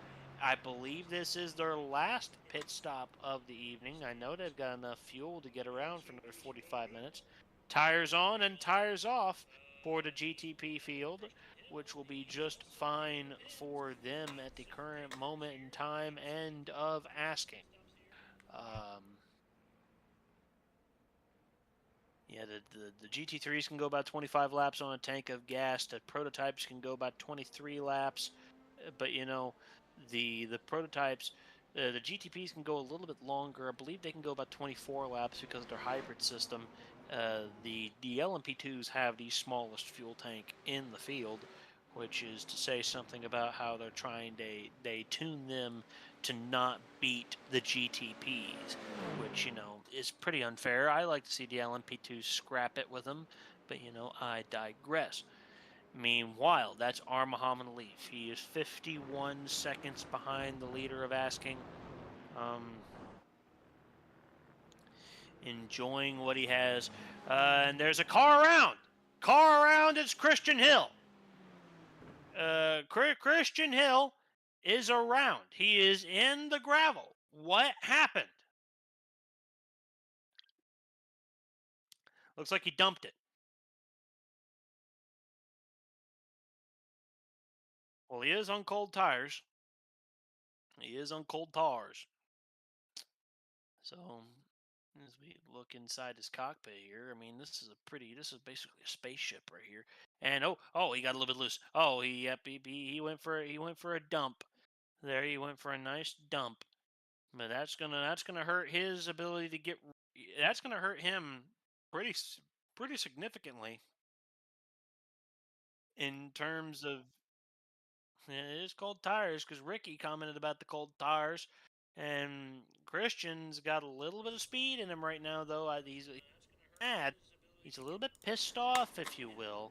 But he has passed Ricky Paz. Ricky Paz gets right back around him. Ricky Paz has warmer tires. Oh, that's actually pretty interesting right there to see exactly what's going on with the speed. But the muscle of a GTP does come into play. That's Ben Fior, who is currently in P4. He's probably looking to lap Christian or head for the pits. It will be the latter. He will head for the pits, and he will go in to collect some service. Sean Campbell, He is coming around now. Maybe he is looking to collect some service. Maybe he has run through the tank of fuel that has been given to him, and it's time for him to collect some service. It is 40 minutes to go here. More cars in. Sean Campbell is one of them. He is coming in for service, as well as Ryan Whitlock. These are the last pit stops of the evening for these two cars. What do they have in store? As you can see there, Ryan's going to have pretty much no opportunity to gain any time on Sean. That's kind of sad for him. As Ryan comes in for some service, there comes Ben Fiore. He's already in for service. That is Sean Campbell. He's in for service. Ben Fiore comes on out. He's looking to get that temperature back up in those tires quicker, but you need to see it to believe it, folks. Meanwhile, Ferris Krippendorf, Doofenshmirtz Evil Incorporated, he is fending off like a lion against Nick Henley. They're kind of just leaving Enrique Nino be, really think about it. They're doing what they're doing. They're having a good time. They're having a ball, if you will. And they get around Chase Gerard, Krippendorf. He's handling it well right now. And I do believe in him, but as you all know, it takes a lot to get through this here.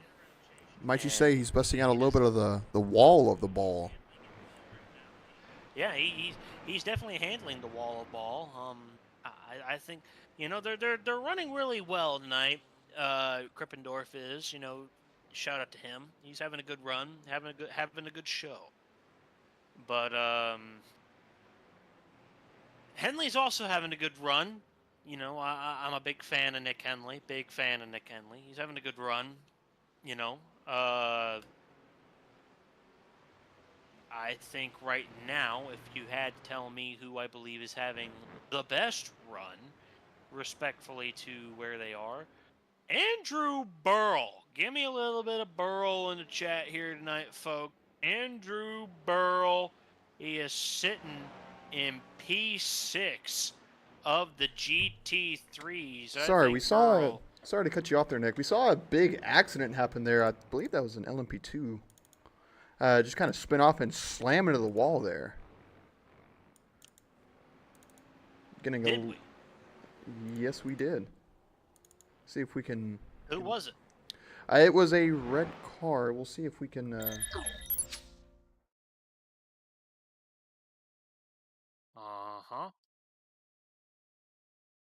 That's Willoughby, but what happened to him? He touched some grass. Good for him, actually.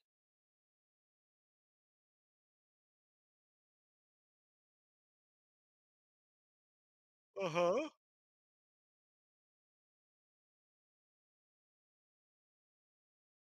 You did?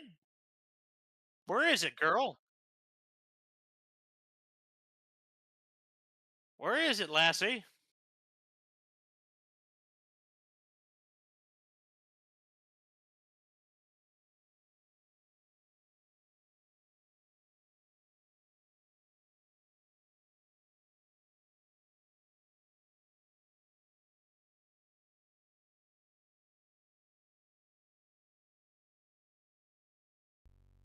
Chat isn't giving you any help right now, buddy. I am not sure. I will try and check a little bit later. But I know for a fact I saw what I believe to be an LMP2 or even a GTP car. It may have been Ben Fiore. I think it was a GTP. Because Ben Fiore is back in the pits with damage.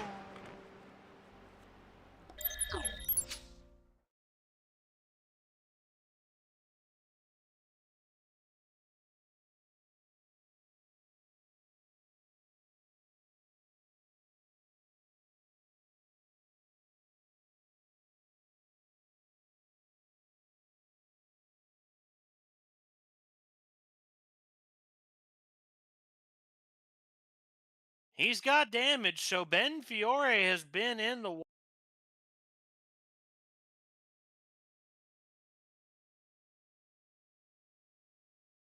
Let us see what has happened to our Italian stallion.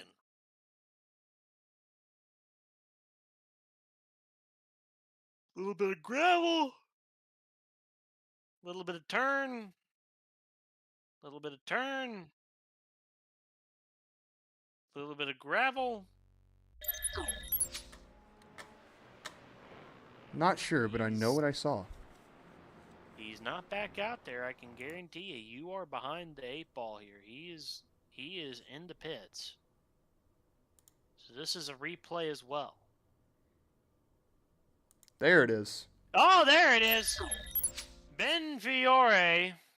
Take a look at what happened here. It's coming through the yeses. Hits a little bit too much curbing for my liking. And, oh, that's a pretty hefty amount of contact into the wall for Ben Fiore.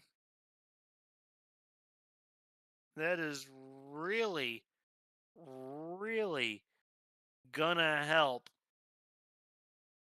It's gonna help the boys. It is gonna help. It's gonna help Ryan Whitlock into P4. Jaime Placencia basically has P3 in the bag. There's not many other ways he can lose it.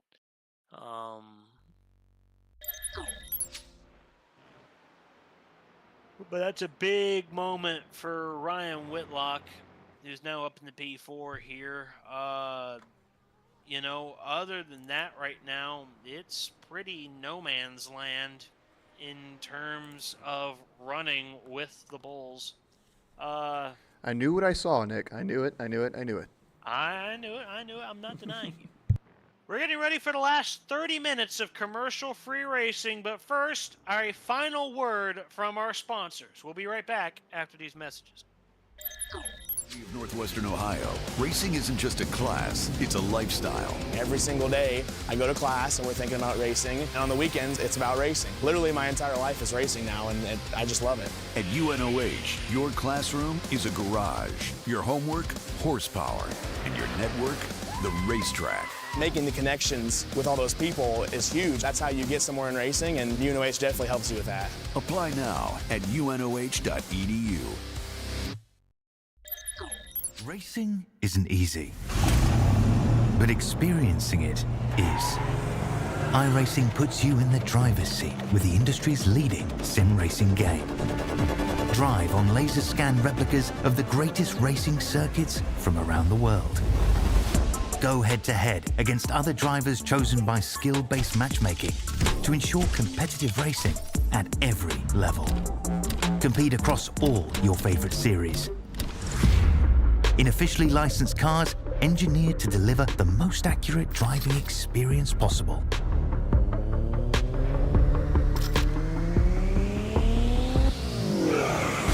Join a race or host your own with players from across the globe.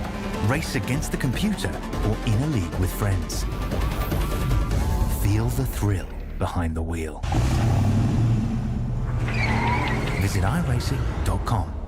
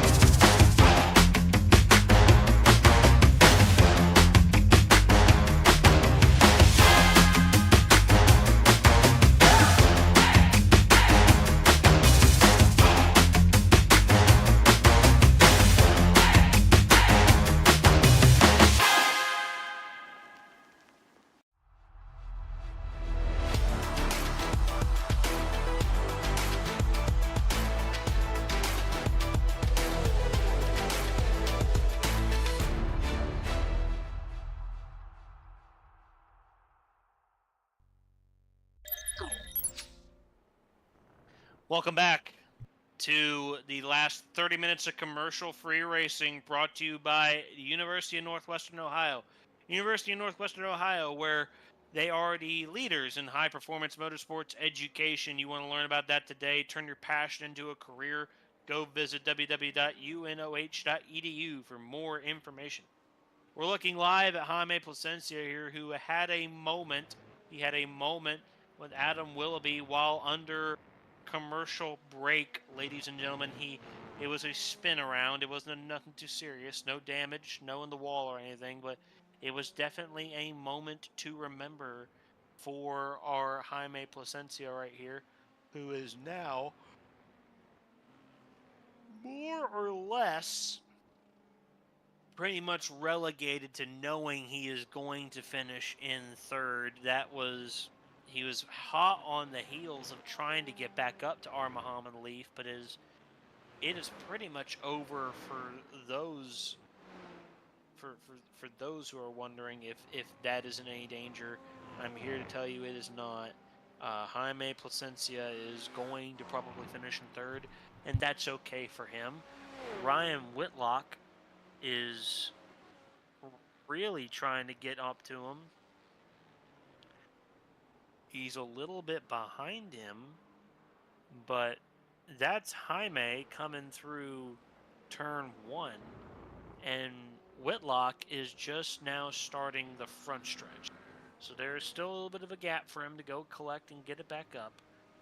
Sean Campbell is coming through turn 1 right now. That would be to lap Jaime would be his next goal in terms of going and getting the whole field. Ben Fiore is retired from the race. That is the reports I am getting. Ricky Paz gets a little bit mad at Colin Bergerson. Apparently, Colin Bergerson didn't know how to pick a line. That's unfortunate for Colin Bergerson, who is dead last amongst the cars on pace. Only Evan Main and Jacob Dick are worse than Colin Bergerson in the field. And in fact, only Evan Main is the only other car out in the field. Bergerson is having a lot of issues tonight with just general car control. Hopefully he can fix that for Interlagos.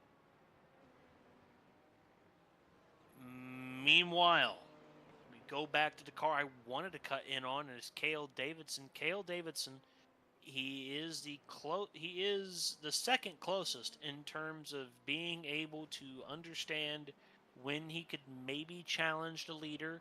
He's doing a 141.2 last time of asking, and Jake Cummings did a 141.1. So he's going to have to pick up the pace just slightly if we want to see a Cale Davidson victory this evening in the LMP2 category, which we know he can, but maybe he's just saving his stuff right now.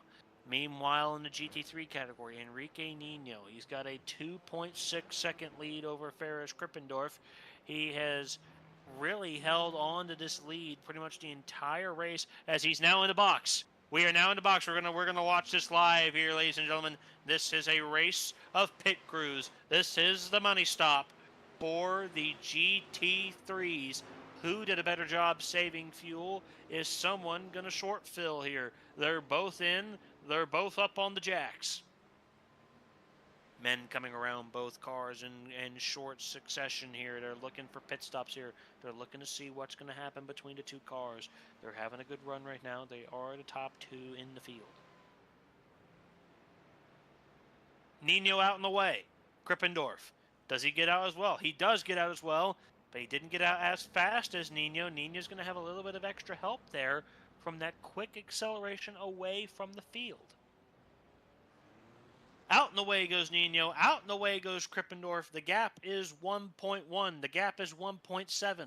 The gap is still 1.7, 1.9 now as he enters. The gap is 1.9. The gap is still 1.9. Now 2.1. This is the closest battle on track, folks, in terms of trying to find a leader battle this evening. That is something to keep of note. For the last 25 minutes, it's going to be qualifying laps from both Enrique Nino and Ferris Krippendorf. It's going to be a battle of getting those tires warm, ladies and gentlemen. They want to be able to get back out there and get back out there fast. Between Krippendorf and Nino, something is bound to happen. I am sure of it. Meanwhile, this is another meanwhile here for Jaime Placencia. He's still in P3 overall at this current moment in time. He is one of 3 cars on the lead lap, believe it or not, and the other one's a Leaf. So he's 30 seconds behind Muhammad Leaf. That's 30 seconds, ladies and gentlemen. It is something to behold here for Jaime Placencia. As Sean Campbell is dealing with a little bit of traffic, he's dealing with a tiny bit of traffic. And Jaime Placencia is starting the front stretch now. Sean Campbell is coming around the last corner. Sean Campbell's closest competition for the lead is Muhammad Leaf, who is 58 seconds behind. Muhammad Leaf is at the top of the hill and is heading down the hill now, heading into the nice double apexer here, where Lance Stroll had his famous collision in the 2020 season. As they head up through the hills and the mountains here, Muhammad Leaf is coming to terms with the fact that second is probably going to be the best he can do, which from where he started the race, second would be a good showing for him. Some flashing of lights. I believe that was Andrew Burrell that he flashed, and it was. Burrell right behind him now. Burrell is currently actually in, if I do my math right, he's currently in 7th place, a minute and 5 seconds behind the leader of GT3. Now, GT3, folks, you're going to have to believe it when I tell you. From Enrique Nino down to Nick Henley, top 4, is covered in a blanket. They are within 5 seconds of each other. Kelton Quick is a minute behind. That's pretty much how GT3 has gone today is, it's the top 4 and that's it. The rest are there. They're having a ball. They're having a good showing. But winning is not in their wheelhouse today, and that's okay. Doesn't have to always be in your wheelhouse, but I just find it astounding that so many cars have basically just pulled away together, and there's such a big gap to 5th place. Wesley, thoughts? Well, it's been more than an hour and a half now. Everyone's kind of settled in and come to terms with what's happening. There's 22 minutes on the clock left. I think it's more or less just set more time, bring it down home, and watch for that checkered flag. Kelton Quick, he's over a minute behind now from the other GT3 cars. So all he can really do is defend that spot that he has, that number 5, bring it home. But besides that, it's just been kind of relax, keep the TV on, keep the volume up, and let's play another game. Yep, indeed. I'd like to have another conversation with one more guy. I don't think I have had a conversation with this person tonight. He currently sits quite a ways behind. I think he's actually in the pits. A little bit of a bump and tap there from the LMP2 car. Ooh, a little bit of horseplay. Just looks like a little bit of a little bit of fun having between the Ball State cars. Well, yeah, a little bit of horseplay. Nothing too serious. A little bit of horseplay is all. Yeah, it's from our P2 in the LMP2 category, Mr. Cale Davidson. Yeah.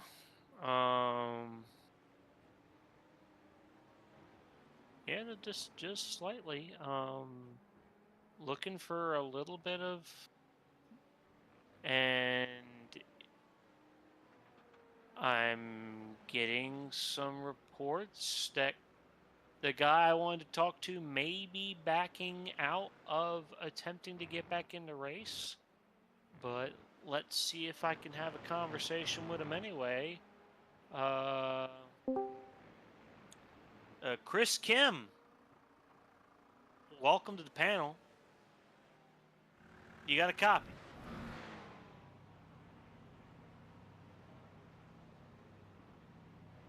Maybe. Does he have a copy? Oh my God. Hey, what's up? You seem to have quit. I seem to have actually had to go to the bathroom because I ended Oh. up. We got into a little bit. I got into a little bit of a situation. So, this is definitely going to hurt your chances. You're now back in 15th.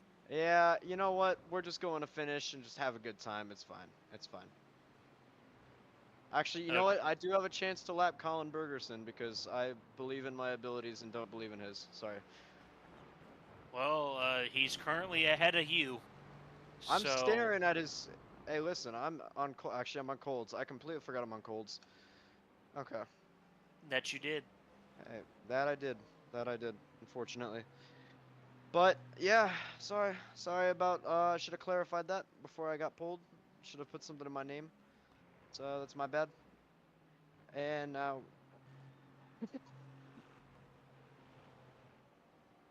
Well, what would constitute a good race for you in the last 20 minutes of you driving tonight? Maybe going off track again. That'd be really nice. But Yeah. besides that, I don't know. I just maybe having a little bit of competition with somebody who might be in front of me, like Colin Bergerson, who is also, as I know, sitting in the back of the pack, just like me. But I'm just happy to be here, honestly, and to get a little bit of experience in, you know? Yeah, So you're in the Aston Martin GT3. You're the only Aston Martin GT3 in the field. Yeah, I gotta represent something, you know? I don't know. It's a car Do that ya? speaks to me. It's a car that speaks to me, you know? It's like a Mercedes, but just a little bit cooler. Uh-huh. 15th really is speaking to you right now, is what I can Oh tell. yeah, absolutely, Nick, absolutely. You know, next time we need to build an in-car toilet system. Yeah. You're coming back in the pit. I am. What for? I did get black flagged from the Oh. final accident. Yeah. It's really I'm really getting beaten down tonight, guys. I don't it's been a rough night at Magello, but you know what? Well, I mean, I wouldn't, you know, I don't think the Aston Martin is for you if you've done enough off tracks to have a track. Hey, we've been talking about this actually. It's a point that it's not us, it's the track, and other people in there have very similar rates to me. I did great for me in the Aston Martin at Road Atlanta. I had to pit an additional time, and I still felt great. Well, cool. But listen, it's the track isn't for me. I didn't prepare enough. I take full, you know, I understand that I should have prepared a little bit more. Yeah, you should have. And I just hope, yeah, and I think at Interlagos, I think I'm gonna make sure I put a little bit more work in so that I can get. Should be better, should be worse. I don't know. Some people say it's their best track. What do you have to say about that? I think, listen, some people say it's their best track, but I just listened to a whole group of people say that they don't like it for multi-class. And because they don't like it for multi-class, if they don't like it for multi-class in the same way they don't like Road Atlanta, then I can take advantage of that. You know what?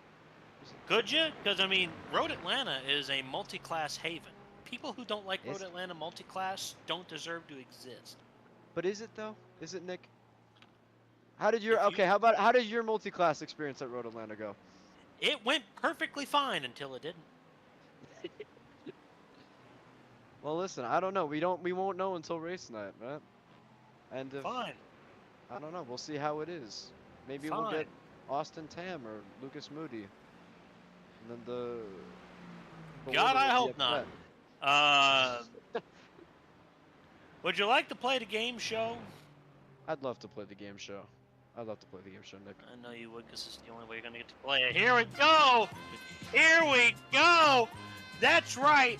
I'm here. I'm doing it live. We're playing this game show. Welcome to it. It's called Where We Treat You Like Family. You ready to play? Wow, I'm so ready to play it, Nick. Of course you are. Of course you are. I hope you are. Only time you get to play it. First question. What restaurant chain has the slogan Where We Treat You Like Family? I want to say I don't go to a lot of chain restaurants. I'm gonna be honest, but I feel like maybe it's something like Texas Roadhouse. Maybe. Is that your final answer? You know what it is, but I feel like it shouldn't be. Well, I mean, you're in Italy. I mean, try to say it's an Italian restaurant without saying it. It's Olive Garden. It's Olive Garden. Of course, it's Olive Garden. I've actually never been to an Olive Garden. Fun fact. Well, that's because you're poor. Okay. Well, you get to thank one person. One person? One person. I'm gonna say right now, Alex Finnerty. He's Cool. God. Wesley! Apparently not going to Olive Garden makes you poor. Thoughts? I'm laughing too hard. A good sport, that Christian Kim. That's a good sport right there. That was great, Nick. Thank you so much for that. Try our best. We do try our best in the facility this evening. 14 seconds to go. I mean, not 14 seconds. 14 minutes. I wish it was 14 seconds. I'm ready to go to bed. Ferris Doofenshmirtz Evil Incorporated, after hours, mind you, he's 1.6 seconds behind. He is getting closer to Enrique Nino. At the last time of asking, he did a 147 flat. Enrique Nino did a 146.5. So Enrique Nino actually was a little bit faster. So Ferris Krippendorf is actually a little bit closer than that. But there's our Muhammad Alif. He's going to pass him due to traffic law, which, you know, traffic law is a very interesting kind of law. When I think about traffic law, I think about running red lights. Of course you do, Nick. That's what I think about. I think about running red lights. I think about going triple-digit speeds on public roads. I think about a lot of things about traffic law. Ferris Krippendorf, he's fallen back a little bit now. He's back to 1.9 seconds off the pace. Well, I'm very glad you're not a police officer there, Nick. We might be in trouble. Well, I can't really say I'd be a member of the boys, and I don't really agree with some of their policies. But back to the lecture at hand. Ferris Krippendorf, he's 1.8 seconds off the pace of Enrique Nino. He is catching up. He's trying to hold it firm right now as they're dealing with traffic. I know for Krippendorf, he has definitely felt some of the issues of the faster cars not really passing him in the right spots, but for Enrique Nino, they've always seemed to come at the right time. Cale Davidson is heavy in the pits. He just came out of the pits, but he's now behind Adam. Leads me to think that Adam Willoughby still has yet to pit, and Jake Cummings is yet to pit. But Jake Cummings, he just got around another car recently. That's good for him. He's had a pretty uneventful race, which good for him, bad for him, don't really know. He's getting ready here to be lapped by Sean Campbell again for the third time tonight, which, the entire rest of the LMP2 field can say the same. And Ricky Paz can say he's been lapped by him 4 times. There's only one other car left on the lead lap. It's our Muhammad Alif. He's 1 minute and 7 seconds behind Sean Campbell. Now, our Muhammad Alif, at the last time of asking, did a 137. Sean Campbell did a 135.3. So that should tell you all that you need to know about just the sheer difference of pace of what's going on, and there's some blinking going on. Apparently there's some blinking going on for, I believe it's Bergeron or Bergerson or Hamburger, but yeah, that's what I believe is going on. We're going to talk to one more person this evening. He's having a heck of a race right now in P6 and GT3. Andrew Burrell. Burrell, welcome to the panel. You're having a good run. Oh, don't give me an oh good lord. You're having a good run. And I want to talk about You're about to mess it up. I want to talk to you about it. How you doing? Trying to catch Kelton Quick at the moment. Uh-huh. And this car drives like a pig, so. Well, you picked it. You could have changed cars. I will say it is a Ford. I don't know. It's just the tires. I think the tires just were out too bad. The tires. It's Yeah. always the damn tires. Well, you're 2.7 seconds behind Kelton Quick. Now you're actually catching him a little bit. What would constitute a good race for Andrew Burrell here in the last 9 minutes? Well, if I can catch and then pass Kelton Quick, I think that might be pretty good for me. But Well, yeah, that'd be P5 for you there. That's a good race. yeah, but honestly, I think this is probably a really good finish for me. Of course. I think it would be as well. How have you done it today? You started in 10th in GT3. You've cut up through the field a little bit. How have you done it? Was I 10th or 12th, I thought? You started in 10th, good sir. You started in 10th. Well, I think some accidents have kind of helped, but I think Yeah. my race pace is decent. Yeah. That's what I actually qualify, and I qualified on full fuel, so. Well, you could have done a little bit better. I think you stunted your growth a little bit tonight, Burrow. Nah, I kind of like the balance better with full tanks in this car. That would make sense. That makes a little bit of sense. I'll give it to you. I will certainly give it to you. Would you like to play the game show? Sure. Of course you would. There you go. There you go. There you go. There we go. I'm all for it. I'm here doing it live. Welcome to Game Girl. It's called Where We Treat You Like Family. You ready to play? Yes, sir. Of course you are. All right, first question. What restaurant chain has the slogan, Where We'll Treat You Like Family?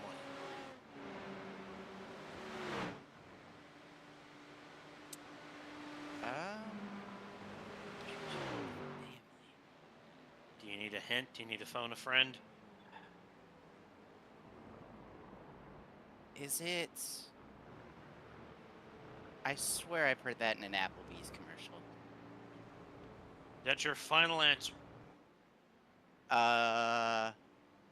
You know what? Yeah, I'm gonna go with it. Well, that's unfortunate. You're in Italy, son. It's Olive Garden. Oh, really? Okay. Well, Burl, you're such a good sport. I'm going to let you thank one person. Well, I obviously have to thank my grandmother, although I don't. Well, Nana Burl, he thanked you again, and you are the most lovely and willing fan of CIO. Without Burl's mother, we wouldn't be doing what we're doing. He has done it for such a long time, and she has watched every minute of the way. Last 6 minutes here, Wesley. Thoughts about the race? Well, it's definitely been a very interesting race. I'm pretty glad that it's gone as smoothly as it has. We haven't seen any full track cautions. We haven't seen any pace car come out mid-race. We haven't seen too bad of a shuffling between the field. It's just been a really good watch to see what happens as it's kind of turned out here at Mugello. I'm really glad that this race has allowed us to really just have fun in the booth and just kind of watch it go through. Yeah, I'd agree with that. I would agree to that. But yeah, that's pretty much what it's been so far. You know, good racing all around. Nothing really else to note with what's going on. But you know,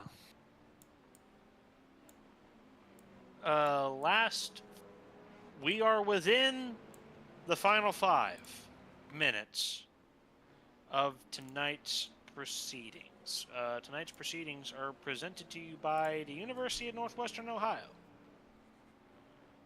University of Northwestern Ohio, where they are the leaders in high-performance motorsports education. Turn your passion into a career. Visit www.un today for more information. That's right, ladies and gentlemen. UNOH, proud sponsors of the Collegiate iRacing League and the CSC. Congratulations to them for their partnership with us this season. It's been great to have them on board. Last 4 minutes here, and that's a pretty big Nick Stockner game show right there on the screen. They can't see it. Need to put the screen on Ferris Krippendorf. He's within 1.3 seconds. Until Sean Campbell takes the white flag, this is going to be the battle that we watch. As Ferris Krippendorf, he is on it. He's trying his best. He's dealing with a lot of traffic right now. I'd like to see what he can do here. Is Enrique Nino. He is holding on firm right now, but there's potential here.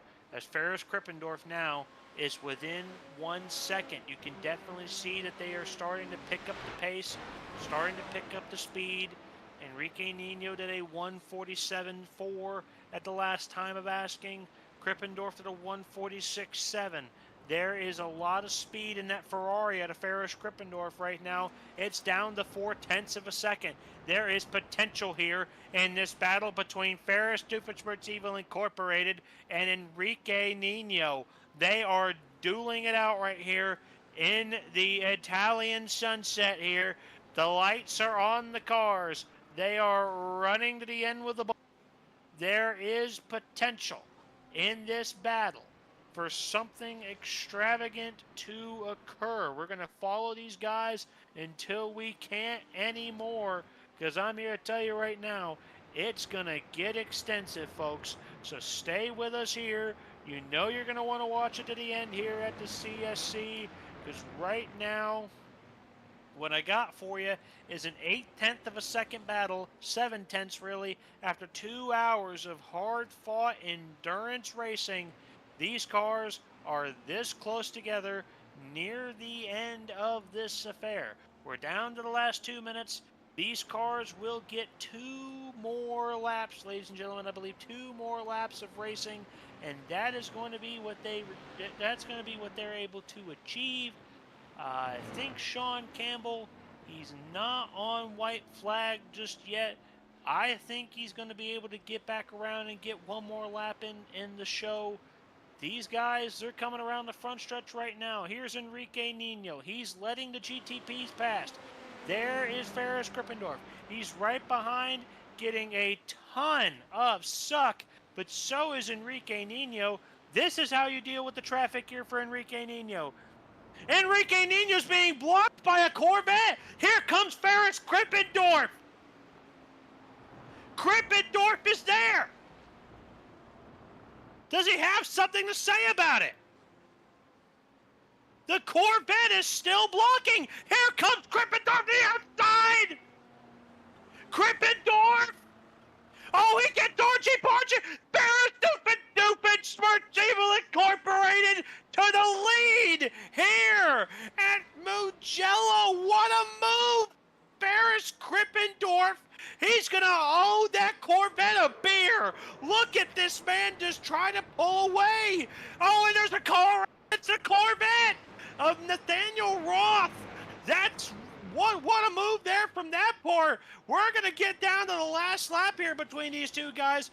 Sean Campbell, I believe he got the call. That's cool for him. This is Ferris Krippendorf. This is Enrique Nino. This is the battle on the field of asking right now. The timer is out. There will be one more lap for the GT3s here this evening. I don't think they're going to come around for the white flag. Enrique Nino makes a move. It's not enough. Krippendorf trying to break the draft. Does Nino have anything for him? The gap is 0.5. Krippendorf dives deep into the corner here, very deep into the corner. And there he goes. He's still got the lead right now. Is Sean Campbell coming around to win this race, I believe? Sean Campbell. He is coming around now off the last corner. He has won the Support Community Schools 2-hour here at Mugello. Good for him. What a win for Sean Campbell. But this is the battle at hand. Jake Cummings is going to win LMP2. Congratulations to him. This is Ferris Krippendorf. This is Enrique Nino. This is the battle for it all right now. Another car gets out of the way. That's Alex Finity. Here is Ferris Krippendorf. There is Enrique Nino. Nino may have one more chance if he gets to follow him through the S's here. They come back up the hill just slightly into the next set of corners. They're getting ready for the S's to the end of the run. Krippendorf. Nino gets loose. Nino gets loose. It's going to be over. It's over. Enrique Nino. It's Ferris. Doofenshmirtz Incorporated. It's going to happen. He's going to do it. The rookie. He gets his first win in the UNOH. He will do it. GT3 winner, Ferris Krippendorf. How about you now?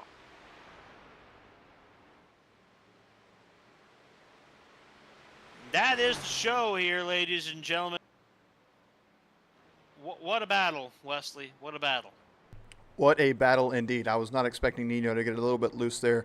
I was really hoping for a little bit more of a bumper-to-bumper racing here in the last kind of 2 or 3 corners there. But that was one heck of a last lap battle between the two leaders of the GT3 class. What a win. What a show. What a show indeed. I got Sean Campbell, Jake Cummings,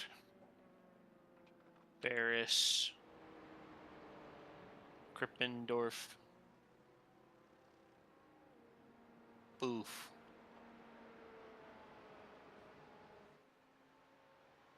Krippendorf is already in the interview waiting. He knew he needed to be there. What a show from Ferris Krippendorf. I am shocked. I am shocked right now from what I saw. That was a show and a half, ladies and gentlemen. There's not really much to say right now about what we have seen this evening as we get ready to wind it on down, get our guys in for some interviews, and I've got Ferris Krippendorf waiting. I've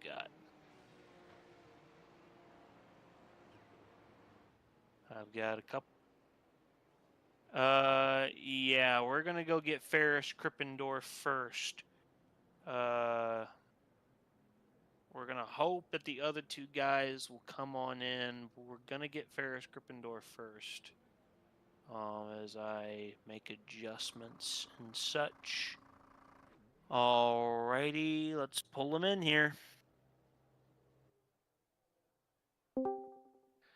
Winner of the GT3 category. For the first time in his career, it is Ferris Doofenshmirtz Incorporated After Hours. How you doing, buddy? Welcome to the panel. You have won the class. How you doing?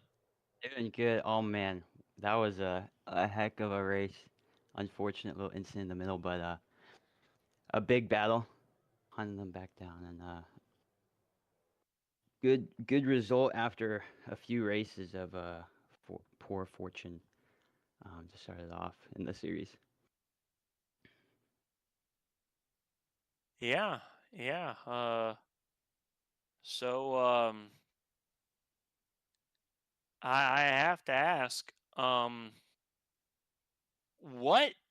trying to find a way to ask this the best way possible. So it's the last couple laps of this race. We're down to the last minutes. Nino has basically led the whole day. What goes through your mind when Nathaniel Roth just doesn't let Nino go and basically feeds him right into you? It's quite unfortunate way to end it, but I feel like at least with the nature of the race, I think I lost out a bit with some traffic and some slow back markers to get out of the way, and then also the incident getting spun by one of the LMPs, but not the way I want to win it, but I think it's unfortunate nature of the multi-class racing. So you were spun by one of the LMPs. You were a victim of vehicular terrorism.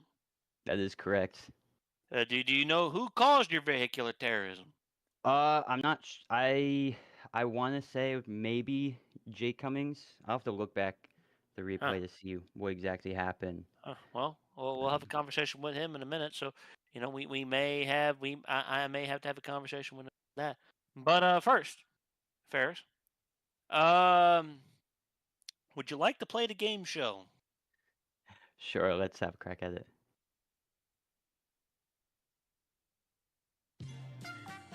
Welcome, Ferris Krippendorf. You got a man in the chat saying you are his, but it's time to play the game show. The game show is called Where We Treat You Like Family. Are you ready to play? All right, let's do it. This restaurant chain has the slogan, Where We Treat You Like Family.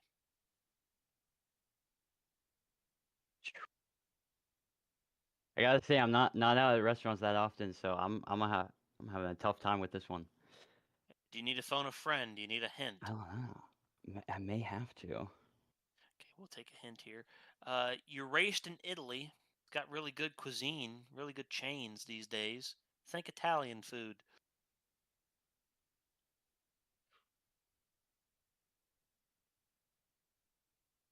I don't know.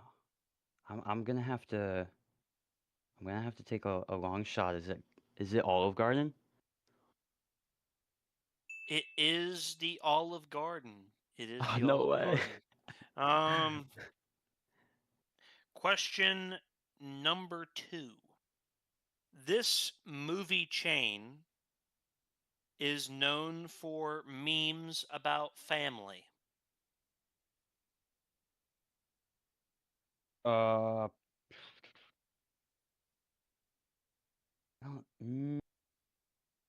Maybe is that gonna be Fast and Furious? It is the Fast and Furious franchise. And now it's time for your last question of the evening. The country of Italy. It has 2 countries that sit inside of Italy. Oh, crap. Yeah. So there's two countries that sit inside of Italy. Can you tell me what those two countries are? I know one of them is Vatican City. That is correct. What's the second one? What's the second one? I honestly don't know. Give it a guess. Give it a shout. You got anything? Uh,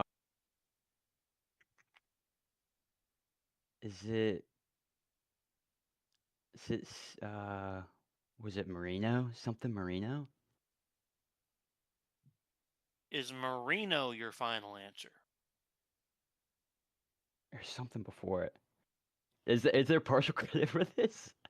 Nope, it's Blank got to be Marino. it's got to be in full. uh, San Marino? Is that? Congratulations, you've won the Oh, game show. That's right. You have won the game show. Congratulations. San Marino is correct. You know, because you have won the game show, you get to have the floor. What do you want to talk about? The floor is yours. Talk to us about what you want. What do you want to talk about? What do I want to talk about? First off, thanks for this organization and UNOH for sponsoring the series. It's been great racing, at least for the first season. Yeah. It's been a real good feel. I love all my nights spent here. Well worth it. And I'm looking forward to the next season of this. And I guess one more race of this season, and then on to the next. Yeah. Anything else you want to talk about? Let's do a little shameless plug of the my team back at home, Clemson Tiger Racing. Gonna give them a little shout, starting up a student-run motorsports team. Coming off some good track days and looking to get our first race out in Champ Car coming up next in the spring. So looking forward to that. Oh, well, good for them. You know, a Clemson alumni myself. I think of my years at the established institution fondly. You know, so that's good. That's good. Anything else you'd like to mention? I think I'm gonna end it there. All right, all right. Thank you for joining in this evening, Ferris. We always would love to have you on the panel again.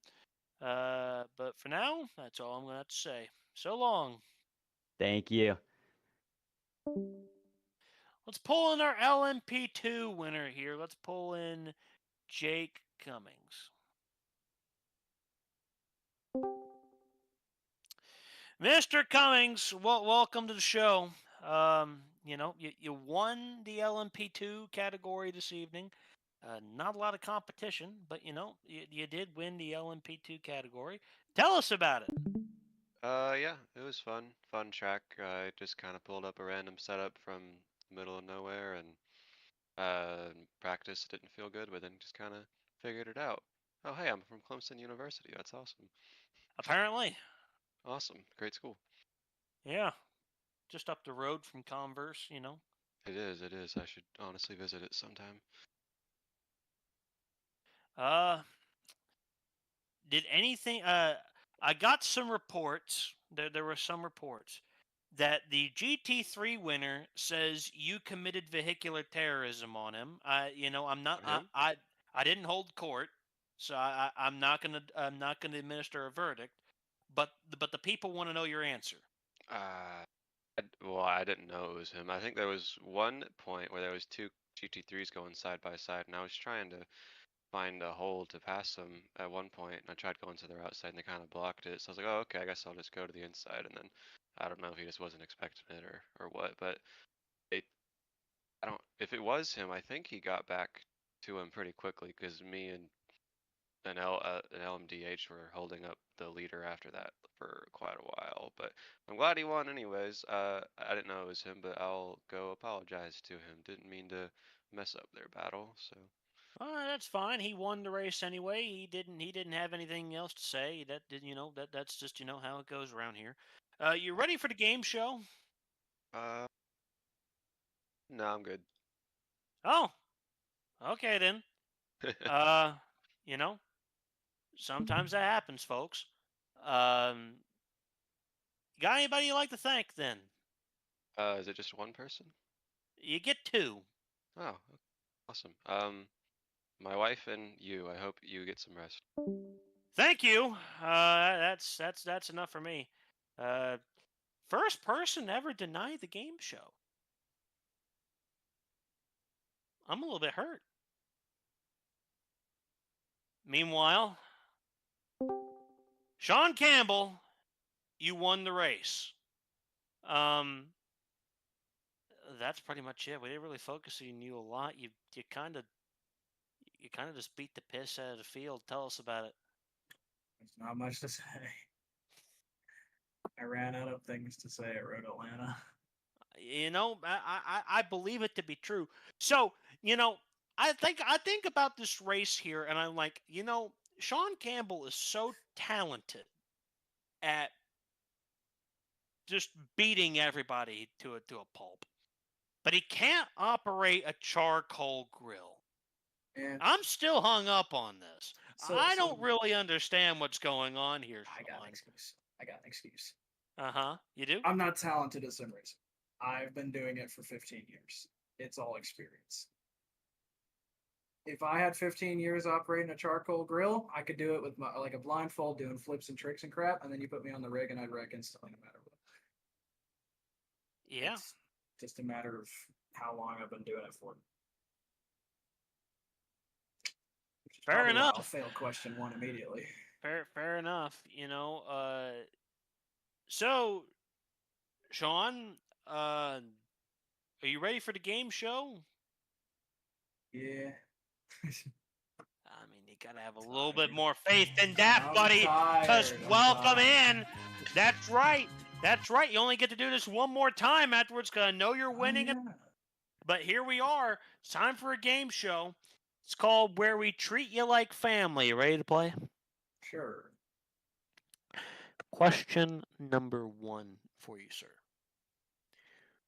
What restaurant chain has the slogan, Where We Treat You Like Family? IHOP. I don't know. You sure about that? Is that your final answer? It's probably IHOP or Denny's. I'm gonna say IHOP. Do you want a hint? Give me a hint, I guess. You're in Italy. Think Italian cuisine. Nah. Oh. Nah. IHOP for sure. Oh, for the love of God. What, Olive Garden? The answer is Italy. I'm in Italy. The answer is Olive Garden. And what part of Italian food does IHOP have anything to do with it? You heard it here Why would first, your folks. It family was force you to Italy. eat salad? God, Sean. I can't do this anymore with you. You heard it here first. get The right answer was Italy. You get to thank one person. You for the esteemed family. Oh, thank you. That's it. Wow. All right, ladies and gentlemen. Wesley, your final thoughts before it's time to monologue? Man, to be honest, I'm kind of glad that was a very good race. I'm very proud of the guys here tonight, avoiding a lot of the stuff that usually happens sometimes with these cars. They usually get a little squirrely towards the end of the tire life, and they get really touchy when you get lower on that fuel level. But I think that was a very great race. I'm very sad that my picks didn't win. That would have been great to see him win. I would have been really really proud of him to do that. But it looks like it was not in Yeah.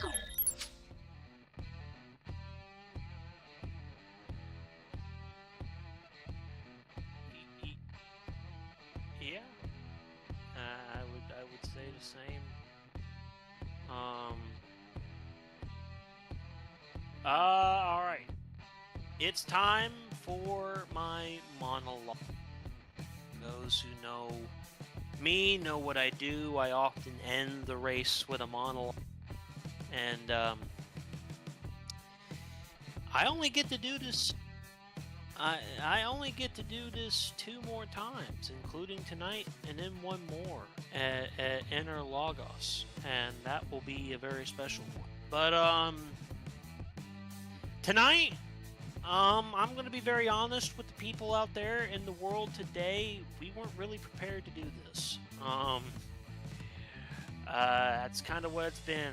I've had a lot of things go on outside of CIL in terms of my time commitments and things, and finding time to prepare for this has been getting harder and harder. But still, we do this for the love of the game. And tonight was a nice refresher. We have battles such between Ferris and Enrique, and we have pure episodes of speed like we see with Sean. And it makes you fall in love with sim racing all over again. It's why you keep coming back. It's why you keep wanting to watch. It's why everything happens the way it does. This race was a Support Community Schools 2-hour. It honors a very nice initiative of supporting community schools, in which you yourself can go to supportcommunityschools.org today to donate to a cause that will help fund lesser advantaged schools in terms of funding across this great nation. A great nation that needs help funding its education system.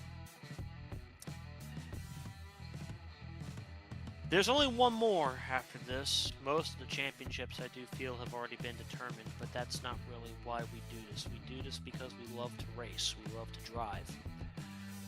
There's only 1 more. Sometimes in life, you only get 1 more. And we'll be looking forward to it. And December 3rd at Mugello will be at our last race of the year. We hope to have a fuller panel. We hope to have a lot more fun in 1 month's time. But for now, my name is Nick Stockner. I'm joined here by my production and co-host Wesley Shaw. This has been the Support Community Schools 2-hour of the UNOH Collegiate Sportscar Championship. So long. We will see you in a month. Racing isn't easy, but experiencing it is. iRacing puts you in the driver's seat with the industry's leading sim racing game. Drive on laser scan replicas of the greatest racing circuits from around the world. Go head-to-head against other drivers chosen by skill-based matchmaking to ensure competitive racing at every level. Compete across all your favorite series. In officially licensed cars, engineered to deliver the most accurate driving experience possible.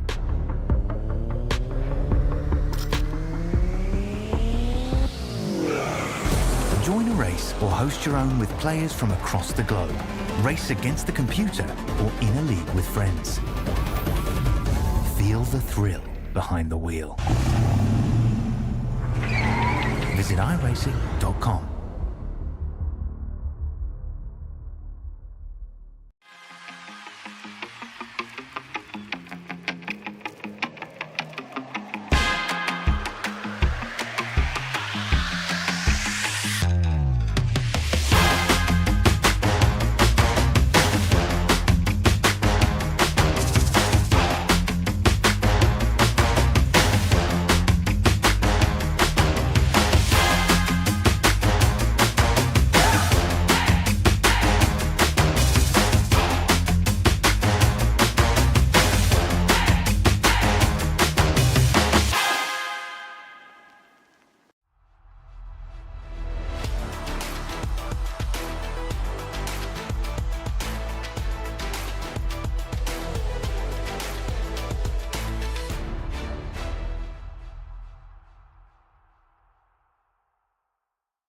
At the University of Northwestern Ohio, racing isn't just a class, it's a lifestyle. Every single day, I go to class and we're thinking about racing. And on the weekends, it's about racing. Literally, my entire life is racing now, and I just love it.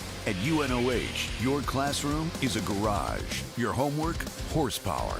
And your network, the racetrack. Making the connections with all those people is huge. That's how you get somewhere in racing, and UNOH definitely helps you with that. Apply now at unoh.edu.